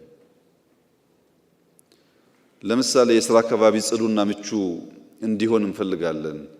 አንዲት ሲስተር ከሀረር ያነሳችው ሰምዌር ያየነው ጉዳይ እኛም ጋር እንዲሆን እንፈልጋለን ያለችው ጉዳይ በጣም ትክክለኛ ሀሳብ ነው። ጥቁር አንበሳ ያላችሁ ታስታውሳላችሁ። ለመጀመሪያ ጊዜ ከዚህ ቢሮ እድሳት በኋላ የጀመርኩት ጥቁር አንበሳ ነው፣ ራሴ ሄጄ ማለት ነው። ፕራይቬት ሴክተር አስተባብረን ወስዶ እንዲያድስ ግለሰቦች ጨምረን ማለት ነው። የኔ ስራ መንገድ ማሳየት ነው። አንድ ሆስፒታል መጥቼ ጽዱ መሆን አለበት፣ ሰራተኞች በረፍት ጊዜያቸው የሚቆዩበት ቦታ ያስፈልጋቸዋል፣ ንጹህ ሬስትሩም ያስፈልጋቸዋል ካልኩ በኋላ መልቲፕላይ ማድረግ የሴክተሮች ስራ ነው እንጂ መጠበቅ የለባችሁም እኔ እንድቀጥል። ሕክምና ኢትዮጵያ ውስጥ እንዲለወጥ ያለኝን ቅናት ነግራችሁ አልችልም። የፍላጎት ችግር ፈጽሞ የለም። የአቅም ውስንነት ችግር ግን አለ። የአቅም ውስንነቱ የሚመነጨው የጤና ተቋማት አሁን ኢትዮጵያ ውስጥ ከ22000 በላይ ናቸው። የመንግስት 22000 ጤና ተቋም ቤቱን እንኳን እናድስላችሁ አስቡት ምን ያክል ኮስት እንደሚያደርግ። እነዚህ ተቋማት መስፋት ባለባቸው በጣም ጽድት ብሎ መስራት ባለባቸው ደረጃ አልተሰሩም። ነገር ግን አስፍተናቸዋል። የነበረው ቁጥር በጣም በከፍተኛ ደረጃ አድጓል። እኔ ስመጣ የጤና ሙያተኞች ኢትዮጵያ ውስጥ 219000 ነበሩ። አሁን ሰው አይቀጠርም፣ ሰው አይማርም ምናምን ብላችኋል። ባለፉት 6 ዓመታት ግን ከ520000 በላይ ሆኗል። ከእጥፍ በላይ ጨምሯል። 6 ዓመት እኮ ነው ጊዜው። ከፈለጋችሁ ኮቪድን ቀንሱ፣ ጦርነቱን ቀንሱ፣ ምናምን ቀንሱ፣ ያንሳል ጊዜው። ከእጥፍ በላይ ባለፉት 6 ዓመታት ካደገ በሚቀጥለው 6 ዓመታት ደግሞ የት እንደርሳለን? በዚህ አግባብ ሂውመን ካፒታል ላይ የተሰራውን ስራ፣ ኢንፍራስትራክቸር ላይ የተሰራውን ስራ፣ በፋይናንስ ያለውን እድገት፣ የግል ሴክተር ለማገዝ የተደረገውን ጥረት ቢያንስ ከእናንተ ፍላጎት 5%ን እንኳን ለመመለስ ሙከራ ተደርጓል ብላችሁ ማሰብ ያስፈልጋል። የግል ሴክተር በሚመለከት በ2013 የዛሬ 3 ዓመት ተኩል እንደዚህ ገደማ ኢትዮጵያ ውስጥ 15000 ነበር የግል ሴክተር። ዛሬ ከ28000 በላይ ነው። ጤና ጣቢያ፣ ሆስፒታል፣ ላቦራቶሪ ማን ነው የሚሰራው? እናንተ እኮ ናችሁ። 15000 የነበረው 28000 ከገባ እንዴ በአንድ ሰው እንኳን ብናስበው የሆነ ሺህ ሰው የግል ሴክተር ኢንቨስት እያደረገ ስራ ፈጥሯል ማለት ነው። ለምን 28000 ሆነ? 100000 መሆን አለበት። ብድር ተመቻችቶ ድጋፍ ተደርጎ ሁላችንም ብንሰራ ካላችሁ ትክክለኛ ሀሳብ ነው። አቅም ነው የሚያንሰው እንጂ መሆን ያለበት እንደዛ ነው። እንደዚያ ሲሆን የደሞዝ ጭቅጭቅ አይኖርም። ሁላችሁም የምትሰሩበት እድል እየተፈጠረ ከሄደ ምንም አልተሰራም ግን ትክክል አይደለም። የዛሬ 3-4 ዓመት 15000 ብቻ ነበር የግል የጤና ተቋማት አክሮስ ዘ ካንትሪ የነበረው። ጨምሯል። ያ የጨመረው ኢዝ ኦፍ ዱይንግ ቢዝነስን ተከትለን ጤና ሴክተር ላይ ኢንቨስት የሚያደርጉ ሰዎች ከውስጥም ከውጭም ከመጡ እናመቻችላቸው የሚል የፖሊሲያችን አካል ስለነበረ ነው። ኮሚቴ ነበር ይሄን የሚሰራ እየሄደ መሬት አሎኬት እያደረገ ሰዎችን የሚያግዝ ኮሚቴ ነበር። ያ በሁሉም ሴክተር እንደምትገነዘቡት የፈጠነ የንግድ ፍላጎት አቲቲዩድ ያላቸው ሰዎች ፈጥነው ኦፖርቹኒቲ ግራብ ያደርጋሉ። አብዛኛው ሰው እንደዛ ላይሆን ይችላል። አንዳንዶች እንዳላችሁት ጊዜያችሁ ይባክነው ብዙ ጊዜው ስራ ላይ ሊሆን ይችላል። እናንተም ውስጥ ግን ጠበቆች አሉ፣ እናንተም ውስጥ አክቲቪስቶች አሉ፣ ነጋዴዎች አሉ፣ ጨዋዎች አሉ፣ በሰው ህይወትና ጤና የሚቀልዱ ሰዎችም አሉ። እንደሱ አድርገን እንደ ማህበረሰብ እንየው። 500,000 ፕሮፌሽናል ባለበት ተቋም ውስጥ ሁሉም ሰው እናንተ እንዳላችሁት ሊሆን አይችልም። ትንሽ እንደ ፋክቶች ጨማምር ካላችሁኝ በመንግስት ሆስፒታል የምንገዛቸው ማሽኖች በየ15 ቀኑ ይበላሻሉ። ሽቦ ይቆረጣል፣ ይሰበራል። ያው ታውቁታላችሁ። ለምን? ሰው በመንግስት ሆስፒታል ከሚታከም የግል ሴክተር ለመላክ ሲባል እዚህ ያለው ይበላሻል። መቼም ያን እያበላሸ ያለው ታማሚውን እንደማትሆን ተስፋ አደርጋለሁ። ታማሚ አይደለም። ለግል ጥቅማቸው ሲሉ የመንግስትን ሀብት የሚያበላሹ ሰዎች አሉ። 1 ነው 10 ነው አላቅም ቁጥሩ። ሁላችሁን ይወክላል ወይ? አይወክልም። ግን አለ፣ ሳምፕሉ አለ። እኛም ውስጥ እኮ ችግር አለ። ለግል ጥቅማቸው ሲሉ የመንግስት ንብረት ያበላሻሉ ካላላችሁ እኛ ብር ስለምናወጣበት ተበላሸ፣ ተጠገነ፣ አሁንስ ተበላሸ ወር አይቆይም። በሽተኛ ወደ ሕክምና ሲመጣ 2 አይነት አፕሮች ነው ያለው። አንደኛው መካከለኛ ገቢ ያለው ሰው ከሆነ በፍጥነት ወደ ግል ሴክተር ሪፈር ይጻፍለታል። ጥቁር አንበሳ እያለ የሆነ ክሊኒክ ይላካል። ትንሽ ከፍ ያለ ገንዘብ ደግሞ ካለው ቦርድ ወስኗል ተብሎ ወደ ውጭ ሀገር ይላካል። እና ሕክምና አካባቢ ላይ ችግሩም የእናንተ አካል ነው። እንደዚያ የሚያደርጉ ሰዎችም የእናንተ አካል ናቸው። ለሴክተሩ በጣም ባዕድ እና ሩቅ አርጋችሁ ባትወስዱ ጥሩ ነው። በግልም በመንግስት ተቋማትም በተቻለ መጠን ኢንተርቪን ለማድረግና እዛ ያለው ሰርቪስ እንዲያድግ ለማድረግ ተሞክሯል። በግል ሴክተር በ2019 ከለውጡ ማግስት 30 ሺህ ገደማ በግል ሴክተር የሚሰሩ የጤና ሙያተኞች ነበሩ። 6 ዓመት ፕላስ ገደማ። ዛሬ የአሁን ዳታ የለኝም፣ የ2023 ነው ያለኝ። ከ1 ዓመት ተኩል 2 ዓመት በፊት 120 ሺህ ገደማ ደርሷል። የአሁን ይጨምራል። 30 ሺህ የነበረ የግል ሴክተር ሙያተኛ 120 ሺህ ደርሷል ማለት በዚያው ልክ ክፍያውም በዚያው ልክ ያው አድጓል ማለት ነው። ሂውመን ካፒታል ላይ በማሰልጠኛ ከ5-6 ዓመት በፊት 7 ገደማ ነበሩ የዩኒቨርሲቲዎች ስፔሻላይዝ ለማድረግ የሚያግዙ። አሁን 22 ናቸው። 22 ዩኒቨርሲቲ ከሆነ በዚያው ልክ ቁጥሩ አድጓል ማለት ነው። ውስን በነበረበት ጊዜ የሚገባው ተማሪና አሁን አንድ አይደለም።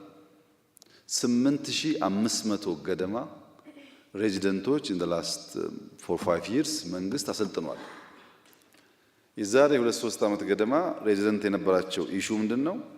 ካሉበት ተቋም ለትምህርት ሲመጡ በእነሱ ቦታ ሰው ይቀጠርና እኛ ቦታ እናጣለን ሲሉ የፌዴራል መንግስት በዚያ መንገድ አገልግለው ለትምህርት የሚላኩትን ሰዎች ኮስት ሼር አድርጋለሁ ብሎ ወስኖ ነው ያ ሁሉ ተማሪ ሲማይ ነበር። በእኛ ሁኔታ ሬዚደንቶች በጣም ስለሚሰሩ አብዛኛውን ችግር ሼር ስለሚያደርጉ ይጎዳሉ እና እንዴት አድርገን ያናካክስ ቢባል ምንም ችግር የለውም። የፌር ጥያቄ ነው። ግን ሬዚደንት ሰምዌር በጣም የተመቻቸና እኛ ጋር ሲመጣ የከፋው ካረጋችሁ ግን በአንዳንድ ነገር የዓለም ትሬንድ ተማሩ እያላችሁ በሌላ ነገር ደግሞ ከዓለም ውጭ ከሆነ አብሮ አይሄድም። ዓለም ላይ የሌለ ስለሆነ የሚነሳው ጥያቄ እንደዛ አይነት ማገልገል እፈልጋለሁ የሚል ቅንነት ያለው ሐኪም ምናምን ከደሞዙ በላይ ፕሪፈር የሚያደርገው ሰው ማዳን ሊሆን ይችላል። በትውል ኮምፒት ከ5-10 ዓመት በኋላ አይቀጥልም እኮ ይሄ ነገር። ፕራይቬት ሴክተር ይስፋፋል፣ ሽሚያ ይፈጠራል ማለት ነው። መንግስት ቤት እሰጣለሁ መኪና እንደዚህ ያደርጋለሁ እያለ ይሻማል ከገበያው እንጂ ሰምዌር የሚከፈል ክፍያ እያለ ማንም ሰው አይሰራለትም። እዛ እስክንደርስ ድረስ መከራ የምትከፍሉ ሰዎች አላችሁ፣ ክፈሉ። የእናንተ ስራ ማድረስ ነው። ኢትዮጵያ ባለችበት ሁኔታ የኔናና የእናንተ ስራ በመከራ ማሸጋገር ነው። የሚሰሩ ሰዎች ቅድም እህቴ እንዳለችው ነው። እዛ ያሉ ሎካል በሕክምና ውስጥ ለምሳሌ ዶክተር ሁላችሁን አይመለከትም። አንድ ፔሸንት መጥቶ ቪዚት አድርጎ ይሄን አድርጊ ይሄን አድርጊ ይሄን አድርጊ ብሎ ሄዶ ሊሆን ይችላል። ነርሷ ግን ያው በምታውቁት ምክንያት ብዙ ጊዜ መመላለስ ብቻ ሳይሆን የዛን ሰው በሽታ የዛን ሰው ስቃይ ተጋርታ ሊሆን ይችላል። እንደሱ ፕሪስክሪፕሽን አትጽፍም እንጂ ፔን በመጋራት ነርሷ ሚና የላትም ሊባል አይችልም። ግን ዘሆል ሲስተሙና ካልቸሩ እሷን የሚያይ አይደለም። ለመቀየር የሚከፈለውን ዋጋ ለመክፈል ደግሞ በጋራ ዝግጁ ካልሆን ቤት በኩል የደህንነቱ አይነት እኮ በጣም ብዙ ነው። ቤት በኩል ሊቀየር ይችላል ካልወሰን በቀር ብሎ የሚነሳ የሕክምና ሙያተኛ እንዲኖር ይጠበቃል። ምርት በሚመለከት መድኃኒት ለምሳሌ የለውጡ ሰሞን አካባቢ የሀገር ውስጥ ምርት 8% ብቻ ነበር። አሁን 41% ደርሷል።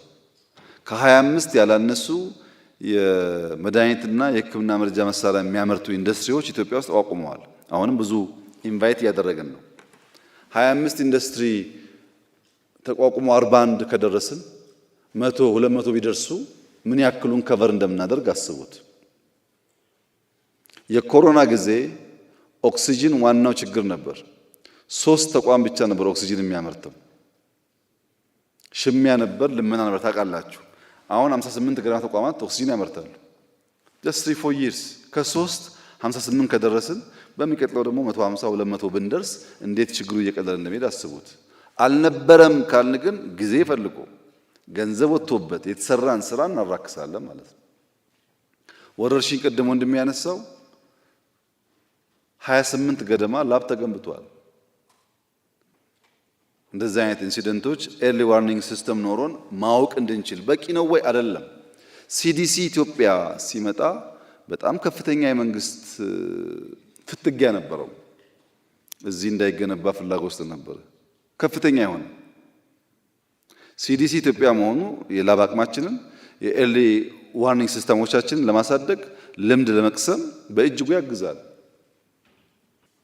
ያግዘናል። ይሄ ወረርሽኞች ሲጀመሩ ቶሎ አውቀን ሳይሰራጩ ለመክታት በእጅጉ የሚያግዝ ነገር ነው። ከዲጂታላይዝ ማድረግ ጋር ተያይዞ ሪፎርም የተባለው በጣም ትክክለኛ ኮሜንት ነው። ጅማሮች አሉ።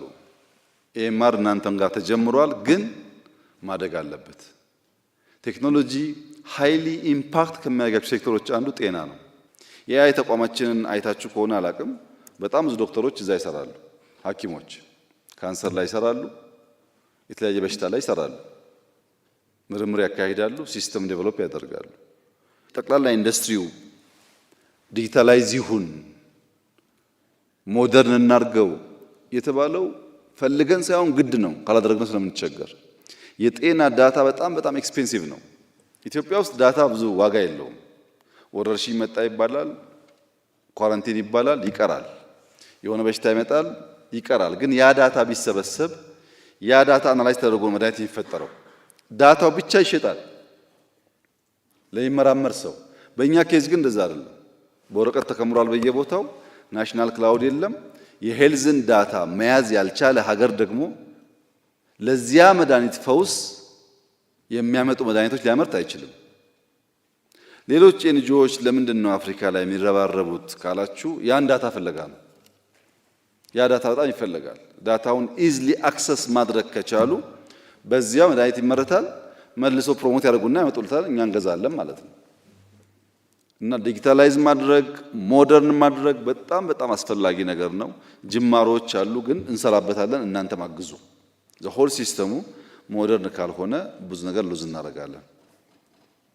የጤና መድህን አዋጅ ወጥቷል። እሱም ሰራተኞች እዛ ውስጥ አካቷል። ጥያቄው ተነስቷል፣ ግን መልስ የተሰጠው ጉዳይ ስለሆነ በህግ ፕራክቲስ ላይ ችግር አለ ተብሏል። እሱ ይጀመራል። እዛ የምትታከሙበት መንገድ የመለሰ ነው ህጉ። ኦልሬዲ ሐኪሞች በህጋዊ መንገድ ሕክምና ቢያገኙ የመንግስት ፍላጎት ነው። አዋጅ ጸድቋል። እንተገብራለን። እሱ እንተገብራለን። ማህበረሰብ የጤና መድህን ልክ እንደ ፖለቲካ ስራ ነው። ያስፈልጋቸዋል ግቡ እየተባለ ተቀስሶ የሚሰራ ስራ ነው እንጂ ሰው ሲታመም የሚሰማው ነገር ጤነኛ በሆነ ሰዓት አያስበውም። ያም ሆኖ 38 ሚሊዮን ሰው ነበረ የጤና መድህን ተጠቃሚ። ስንት ነው አሁን? 63 ሚሊዮን ደርሷል። ያን ማስፋት ነው፣ ከቨሬጁን ማስፋትና ሰዎች ሲታመሙ ከገንዘብ ጋር ሳይያያዝ መተው ታክመው ኢንሹራንሳቸው ዲል እንዲያደርግ ማድረግ ያስፈልጋል። የቁጥጥር አቅማችን በሚመለከት አንዱ ችግር መድኃኒት ያልሆኑ ጎጂ ነገሮች መድኃኒት ተብለው ኢትዮጵያ ውስጥ ወደ 14% ገደማ ይደርሱ ነበር የኢሌጋል ሜዲሲን የሚሰራጨው። ቁጥጥር ሲደረግ አሁን ወደ 6 ዝቅ ብሏል። አሁንም አለ ግን ዝቅ ብሏል። አሁን ሁላችሁም ክፍያ ያንሳል፣ ሰርቪስ ፊ ያንሳል ብላችኋል። ማህበረሰቡ ጋር ደግሞ ብንሄድ ውድ ነው ነፃ ይሁን ይላል። ሁላችሁም ታክስ ይቅር ብላችኋል። ታክስ ይቅር፣ ደሞዝ ይጨምር። ከየት ነው የሚጨምረው ደሞዝ? ታክስ ካልተሰበሰበ ፌዴራል መንግስት ነው የሚሸፍነው ይላሉ ክልሎች። ከየት ፌዴራል መንግስት ከየት ያመጣል? ምንጮቹ እኮ ማወቅ አለብን። ኢትዮጵያ ውስጥ ኦልሞስት ሁሉም ክልል ከፌዴራል የሚደጎም እንጂ ለፌዴራል በቅቶት የሚያፈስ አንድም ክልል የለም። ለኛ የሚያስፈልገው ከበጀት አንጻር ሳይሆን ፕራይቬት ሴክተር እያጠናከርን የሕክምና ኢንፍራስትራክቸር አሁን ችግር የሆነበትን መንገድ በስፋት እና በፍጥነት እየፈታን ከሄድን ብዙ አጀንዳ አይሆንም። ብዙ ሙያተኛ ነው ያለን። እያንዳንዱ ሰው ደግሞ የራሱ የሆነ ተቋም እየፈጠረ ከሄደ ከክፍያ ጋር ያለው ነገር ፌር እየሆነ ከሄደ እኛ እንደ መንግስት ከ20 ሺህ ላይ ተቋማት አሉ። በእነሱ ዝቅተኛ ገቢ ያላቸውን ሰዎች ካገዝን ይቀንሳል ችግሩ ማለት ነው። ይቀንሳል ችግሩ። ሁለት ምርጫ ነው ያለን። በምግብ ሶቨርኒቲ ኢትዮጵያ ማረጋገጥ አለባት የሚለው ስራ ባለፈው እንዳነሳሁት ማክሲመም 2 ዓመት ነፃ እንወጣለን በምግብ ማክሲመም 2 years። ስንዴ አንፈልግም ከሰው ማለት ነው። ልክ እንደዛ በመድኃኒት ነፃ መውጣት አለባት ኢትዮጵያ ብለን ወስነን ማድረግ አለብን። ወስኜ አይደለም ወስነን እየለመንክ በዛ አነሰ ምናምን ዋጋ የለውም። ለማኝ ነው የተሰጠውን ነው የሚወስደው። 1 ብርም ይሁን 25 ሳንቲም ወስዶ እግዚአብሔር ይስጥልኝ ነው የሚባለው። ከልመና ነፃ ለመውጣት ግን መወሰን አለብን እኔና እናንተ። ለዛ ነው ፋውንዴሽናል ስራዎች ኢትዮጵያ ውስጥ መሰራት አለባቸው ተብሎ የሚታሰበው። ካንሰር በሚመለከት አሁን 5 ሴንተር ደርሰናል። ኬሞቴራፒ ግን ከ30 በላይ ናቸው። እየሰፋ መጥቷል። ኢትዮጵያ ውስጥ 33 ገደማ ደርሷል። ስለዚህ የኔና የእናንተ ኮሚትመንት ውሳኔ መሆን ያለበት የሁሉ ነገር መሰረት ደህንነት ነው። እሱን እንዴት አድርገን እንቀይረው?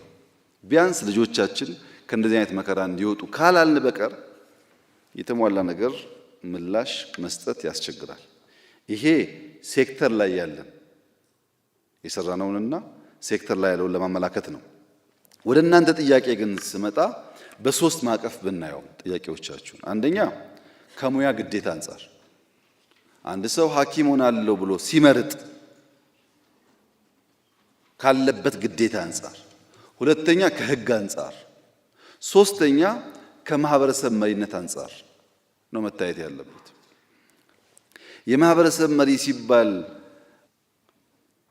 ቅድም እንደተባለው እኔ አይመስለኝም። እኔ ባደኩበት አካባቢ ትናንሽ ትራዲሽናል ኖሃው ያላቸው ሰዎች፣ የሚያዋልዱ ሰዎች፣ ወጌሻዎች በጣም የተከበሩ ናቸው። አስታራቂ፣ አራቂ፣ መንገድ አመላካች ሰዎች ናቸው። እንደ ቀላል ሙያ የሚታይ አይደለም። እናንተ እኮ ውድ ናቸው። አሁን ነው እንጂ ዶክተር በየቦታው የሚሰማው አልነበረም። ማህበረሰቡ እንደዛ የሚያረክስ አይመስለኝም። አብዛኛው በሽተኛ ግሬትፉል ይመስለኛል። አብዛኛው በሽተኛ በእናንተ እጅ ብዙ ሰው ድኗል። ብዙ ያለቀሱ እንባዎች ታብሰዋል። ዝም ብሎ ማራከስ ትክክል አይደለም እና ማህበረሰቡ የእናንተን ሮል ይዘነጋል ብዬ እንደዛ አላስብም እኔ። ነገር ግን ጥያቄዎች የሚቀርበው ነገር ትክክል መሆኑ ብቻውን በቂ ነው ወይ? የሚቀርበው ነገር ትክክል ሆኖ የሚቀርብበት መንገድ ስህተት ከሆነ ድምሩ ትክክል አይመጣም። ጥያቄው ትክክል ቢሆንም የምንጠይቅበት መንገድ ትክክል ካልሆነ ይበላሻል። እኔ ኢትዮጵያ ውስጥ ሐኪሞች ለምን የደሞዝ ጥያቄ አነሱ ብሎ የሚያስብ ሰው አለ ብዬ አልገምትም። ብትጠይቁ ምን ይገርማል። ግን ጥያቄው ለምንድን ነው እንደዚህ እንደ ጦርነት የሆነው የሚለው ጉዳይ ደግሞ አስቡበት እናንተ። የጤና ሴክተር ችግር እንፍታ ብለን ጤናማ መንገድ ካልተከተል የጤና ሴክተር ችግር ፈቺ ሳንሆን ችግር የምናባበስ ነው የምንሆነው።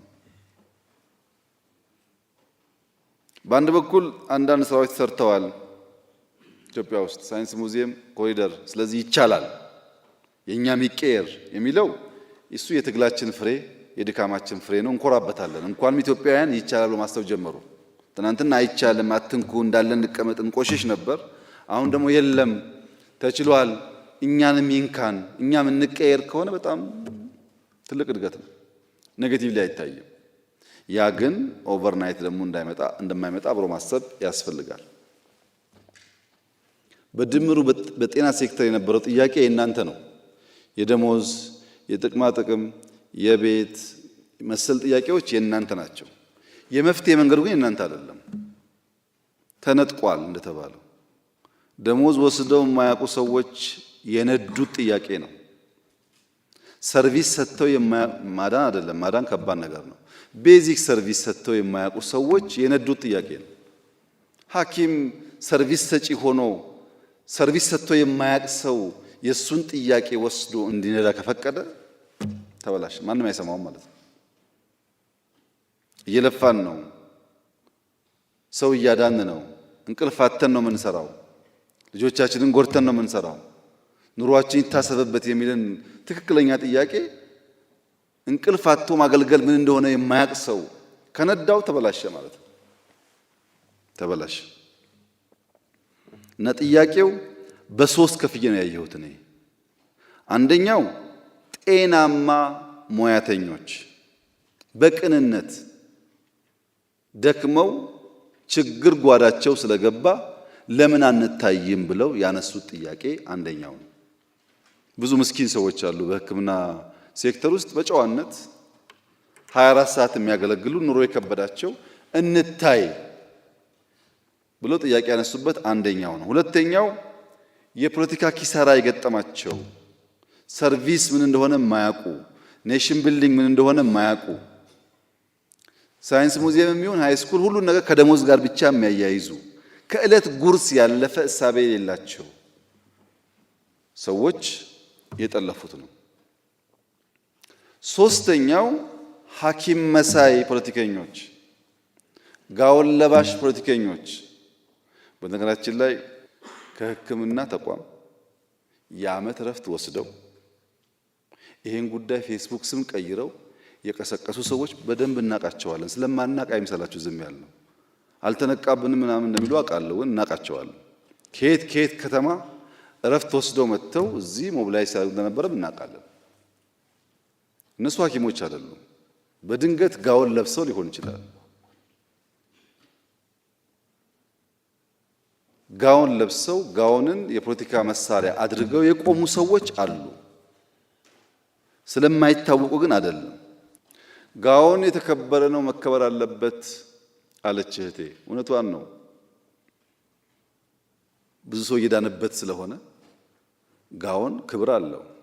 ግን ያ ጋውን ሐኪሞች ሲለብሱ ብቻ ነው ክብሩ። ሐኪም መሳይ ፖለቲከኛ ከለበሰው ክብር የለውም።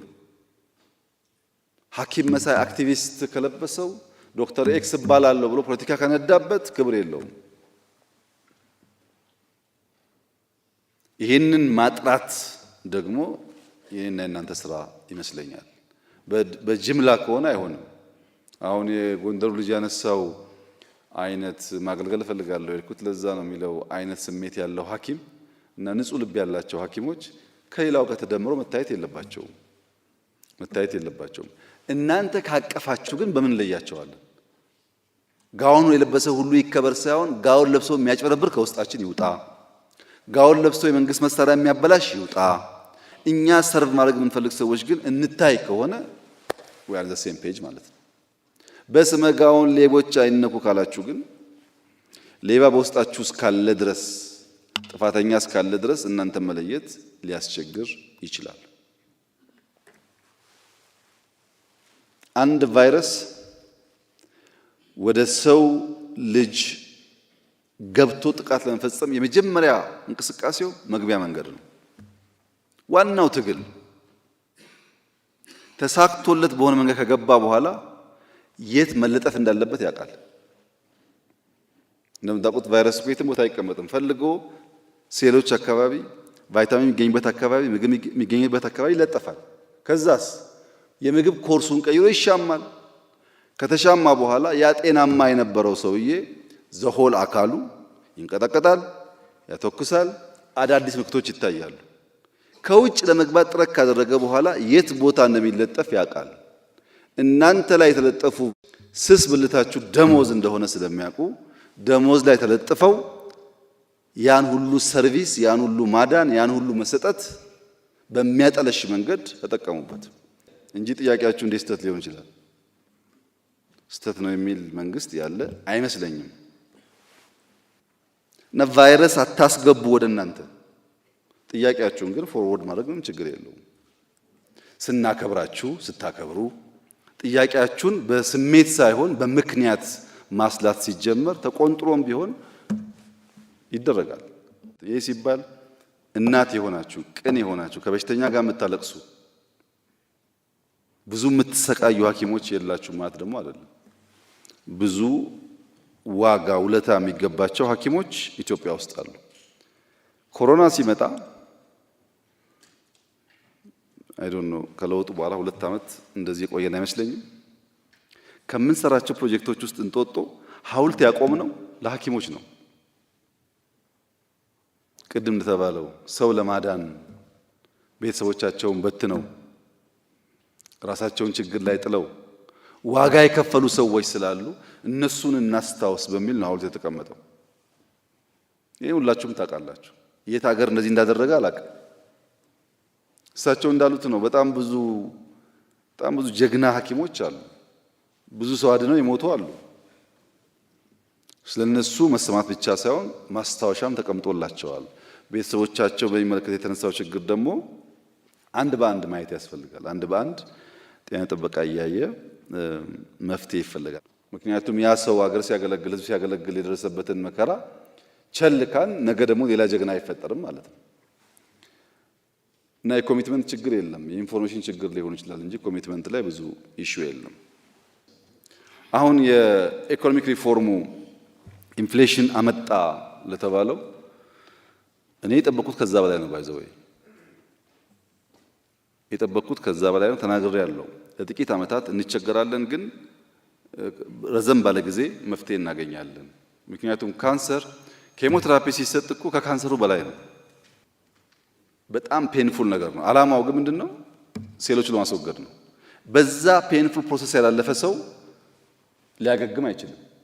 የኛም ኢኮኖሚ እንደሱ ነው። ለምሳሌ 3.4567 ቢሊዮን ዶላር ብቻ ኤክስፖርት ስናደርግ ኖረን ፎር ዴኬድስ በአንድ ዓመት ሪፎርም 8 ቢሊዮን እንዴት ገባ ነው ጥያቄ። መጠየቅ እኮ አለባችሁ። ይሄ ዝም ብሎ ቀላል ቪክትሪ እንዳይመስላችሁ። እንዴት መጣ? ቡና ዶንት ጎ ፋር ላስት ይር 1.4 ቢሊዮን ዶላር ገደማ ነበረ። በአንድ ዓመት 2.3 ቢሊዮን ዶላር እንዴት ገባ? ቡና ወርቁን ተው። ቡና የሚሸጠው ከተመረተ ብቻ ነው። ምርት ካለ ነው፣ ከሌላ አይሸጥም። ህዳሴ በአፍሪካ አንደኛው የሆነ ግድብ 5 ቢሊዮን ዶላር ገደማ ኢንቨስት እያደረግን አናዘር 3 ቢሊዮን ዶላር ገደማ ኮይሻ እናደርጋለን። 10 ቢሊዮን ዶላር ኢነርጂ ላይ ኢንቨስት የሚያደርግ የአፍሪካ ሀገር አንድ በአንድ አይደለም ተደምሮ አታገኙም። የለም። ይሄን እናንተ መንቃት አለባችሁ። እነዛ ኢንቨስትመንቶች ናቸው ዋናውን ድህነት የሚያጠፉት። እነሱን ካልፈታን በቀር ደሞዝ ለሐኪም ወይ ለመምህር ጨምረህ ሐኪሙ መኪና መግዣ ገንዘብ ኖሮት መንገድ ካልተሰራለት ዋጋ የለው። ፋውንዴሽናል ነገሩ በጣም አስፈላጊ ነገር ነው። እሱን ሐኪሞች መገንዘብ አለባችሁ። ሕክምና ተመልሶላችኋል። ቤት በሚመለከት በአብዛኛው ክልሎች ተወያይተናል። አብዛኛዎቹ ይሰጡም አሉ፣ የቀሩትም ይሰሩበታል። አዲስ አበባ አካባቢ ላይ የተጀመረ ነገር አለ፣ በዛ ይቀጥላል። አቴ ታይም 500,000 ሰው የቤት ባለቤት እናደርጋለን ብለን ብናወራ አንችልም። እንፈልጋለን ግን አንችልም። ቀስ ቀስ እያልን ግን እናደርጋለን። እናንተ ለ10 ሰው ለ20 ሰው ሲደረግ በቃ ተስፋ እያደረጋችሁ መፍጨርጨር መልፋት ይመጣሉ ማሰብ ጥሩ ነው። እኛም የእናንተን ፊድባክ ሰብስበን እንነጋገርበታለን። ለምሳሌ የቦታ ዝውውር ጉዳይ የተነሳው በተለይ ከኮስት ሼሪንግ ጋር ተያይዞ እኔ ምንም የፌርነስ እንትን አላየሁበትም። ሰርቭ ማድረግ አለባቸው። ሰውየው ከጎንደር ወጥቶ ጎንደር ሰርቭ ማድረግ አለበት። ጎንደር ግን እንደ መያዣ ተጠቅሞ መሆን ግን ትክክል ነው ብዬ አላስብም። በግሌ እኔው ለምን እንደዛ ነው አልገባኝም። አንዳንድ መመሪያዎች፣ አሰራሮች በእኛ ቢወጡ የተባለው መመሪያ ሁሌም የሚወጣው በተቋማችሁ ነው። ሁሌም አዋጅ የሚያወጣው ፓርላማ ነው። ካቢኔ ሊያወጣ አይችልም። እኛ ደንብ ነው የምናወጣው። መመሪያ ደግሞ የሚያወጣው ተቋማችሁ ነው። ለምሳሌ ሲቪል ሰርቪስ ብዙ አጥንተን ጂኤጂን የሰራነው ሕክምና ሙያተኞችም አሉበት። ምንም ፕሮብለም አላይበትም። በጂኤጂ ምንም አላይበትም። ችግር ያለው እሱም ፕሮፐርሊ ስራ ላይ ማዋል ላይ ነው እንጂ ሂደቱ ብዙ ችግር ያለው አይመስለኝም። እዛም ላይ ግን ችግር ካለ ሲስተር እንዳነሳችው አሉ ሙያተኞች፣ አሁንም ሚኒስትሮቹ ስላሉ ገብተው የሚስተካከል ነገር ካለ ማስተካከል ይቻላል። ግን ለጤና የራሱ ኮሚሽን፣ ለዩኒቨርሲቲ የራሱ ኮሚሽን፣ ለወታደር የራሱ ኮሚሽን ካል ተቋምን ቀንስ ወጪን ቀንስ እያል ሌላ ቢሮክራሲ እየጨመርን ብንሄድ መልሶ የሚጎዳው ሁላችን ነው እና ትንሽ ኮንሽስ ሆነን እንሂድ። ሐኪሞች የሚቸገሩበት፣ ሐኪሞች ስለደሞዝ ጥያቄ የሚያነሱበት ኢትዮጵያ እንዳትፈጠር ከፈለግን ፋውንዴሽናል ስራውን እንስራ። እሱን ስንሰራ እኔና እናንተ ኢትስ ኦኬ እንቸገር፣ ልጆቻችን ግን አይቸገሩ። ሐኪሞች እውነት ለመናገር ብዙ ነው ከእናንተ የሚጠበቀው። እናንተ ላይ ያለው ተስፋ እንድታከሙ ብቻ አይደለም፣ እንድታነቁ ነው። ሰው ዛፍ ሲተከል ለምን ሲባል ያስፈልጋል ዛፍ ለጤና። ውሃ ሲጸዳ ለምን ሲባል ውሃ ያስፈልጋል ለጤና። ወክወይ ሲሰራ ለምን ሲባል ያስፈልጋል ሰው በእግሩ መሄድ አለበት ብላችሁ ካላገዛችሁን እናንተ ማን ያግዘናል? ልክ እናንተ ደሞዝ አንዳንድ ጥያቄ እንዲመለስ እንደምትጠብቁት እኔ ደግሞ እናንተ ሰው እንድታነቁ ፖሊሲዎቻችን ተገንዝባችሁ እንድታስገነዝቡ እንድትረዱን በጣም ነው የምጠብቀው። ይሄ ከተባበርን ይቀየራል። ተስፋዬ ምንድነው? አይ ኢትዮጵያውያን ገብቷቸዋል፣ ጨክነዋል፣ በጋራ ሆነው መለወጥ ይፈልጋሉ፣ ቻሌንጁን አንደርስታንድ አድርገዋል፣ ፕሮብለም አፕሪሺየት ያደርጋሉ ከተባለ ችግር የለም 24/7 እንሰራለን። እና ሰብሰብ ትንሽ ጨከን ትንሽ ደግሞ አንደርስታንድ ለማድረግ መሞከር። ይሄ በእናንተ በኩል አለን፣ በእኛ በኩልም በእኛና በሕክምና ሴክተር ሙያተኞች መካከል ሁልጊዜ የሚያስፈልገው ትብብር ነው። እናንተም ሰው ለማዳን እኛም ኢትዮጵያን ለማዳን ነው የምንሰራው። ሌላ መንገድ እኮ የለውም። በዚህ ስፕሪት አብረን እንድንቆም አደራ ልላችሁ ፈልጋለሁ። ኢትዮጵያ የማንሰራራት ዓመት ይሆንለታል የተባለው አባባል አይደለም። ህዳሴን ከመጨረስ በላይ ማንሰራራት ምን አለ? አንሰራርተናል፣ ይቀጥላል። እመኑኝ ማክሲመም 15-20 years ከዛ በኋላ በአፍሪካ ውስጥ የሁሉ ነገር ምሳሌ የሆነች ሀገር ይኖረናል። ጥያቄ የለውም። ይሄ ምኞታችን ግን እንዲሳካ ትንሽ ቀበቶ ጠበቅ ማድረግ ይፈልጋል፣ መቸገር ይፈልጋል፣ አልጋ ባልጋ ስላልሆነ መልፋት ይፈልጋል እና በዛ ስፕሪት አብረን እንስራና ኢትዮጵያን እንቀይር። ሰላሙን ብቻ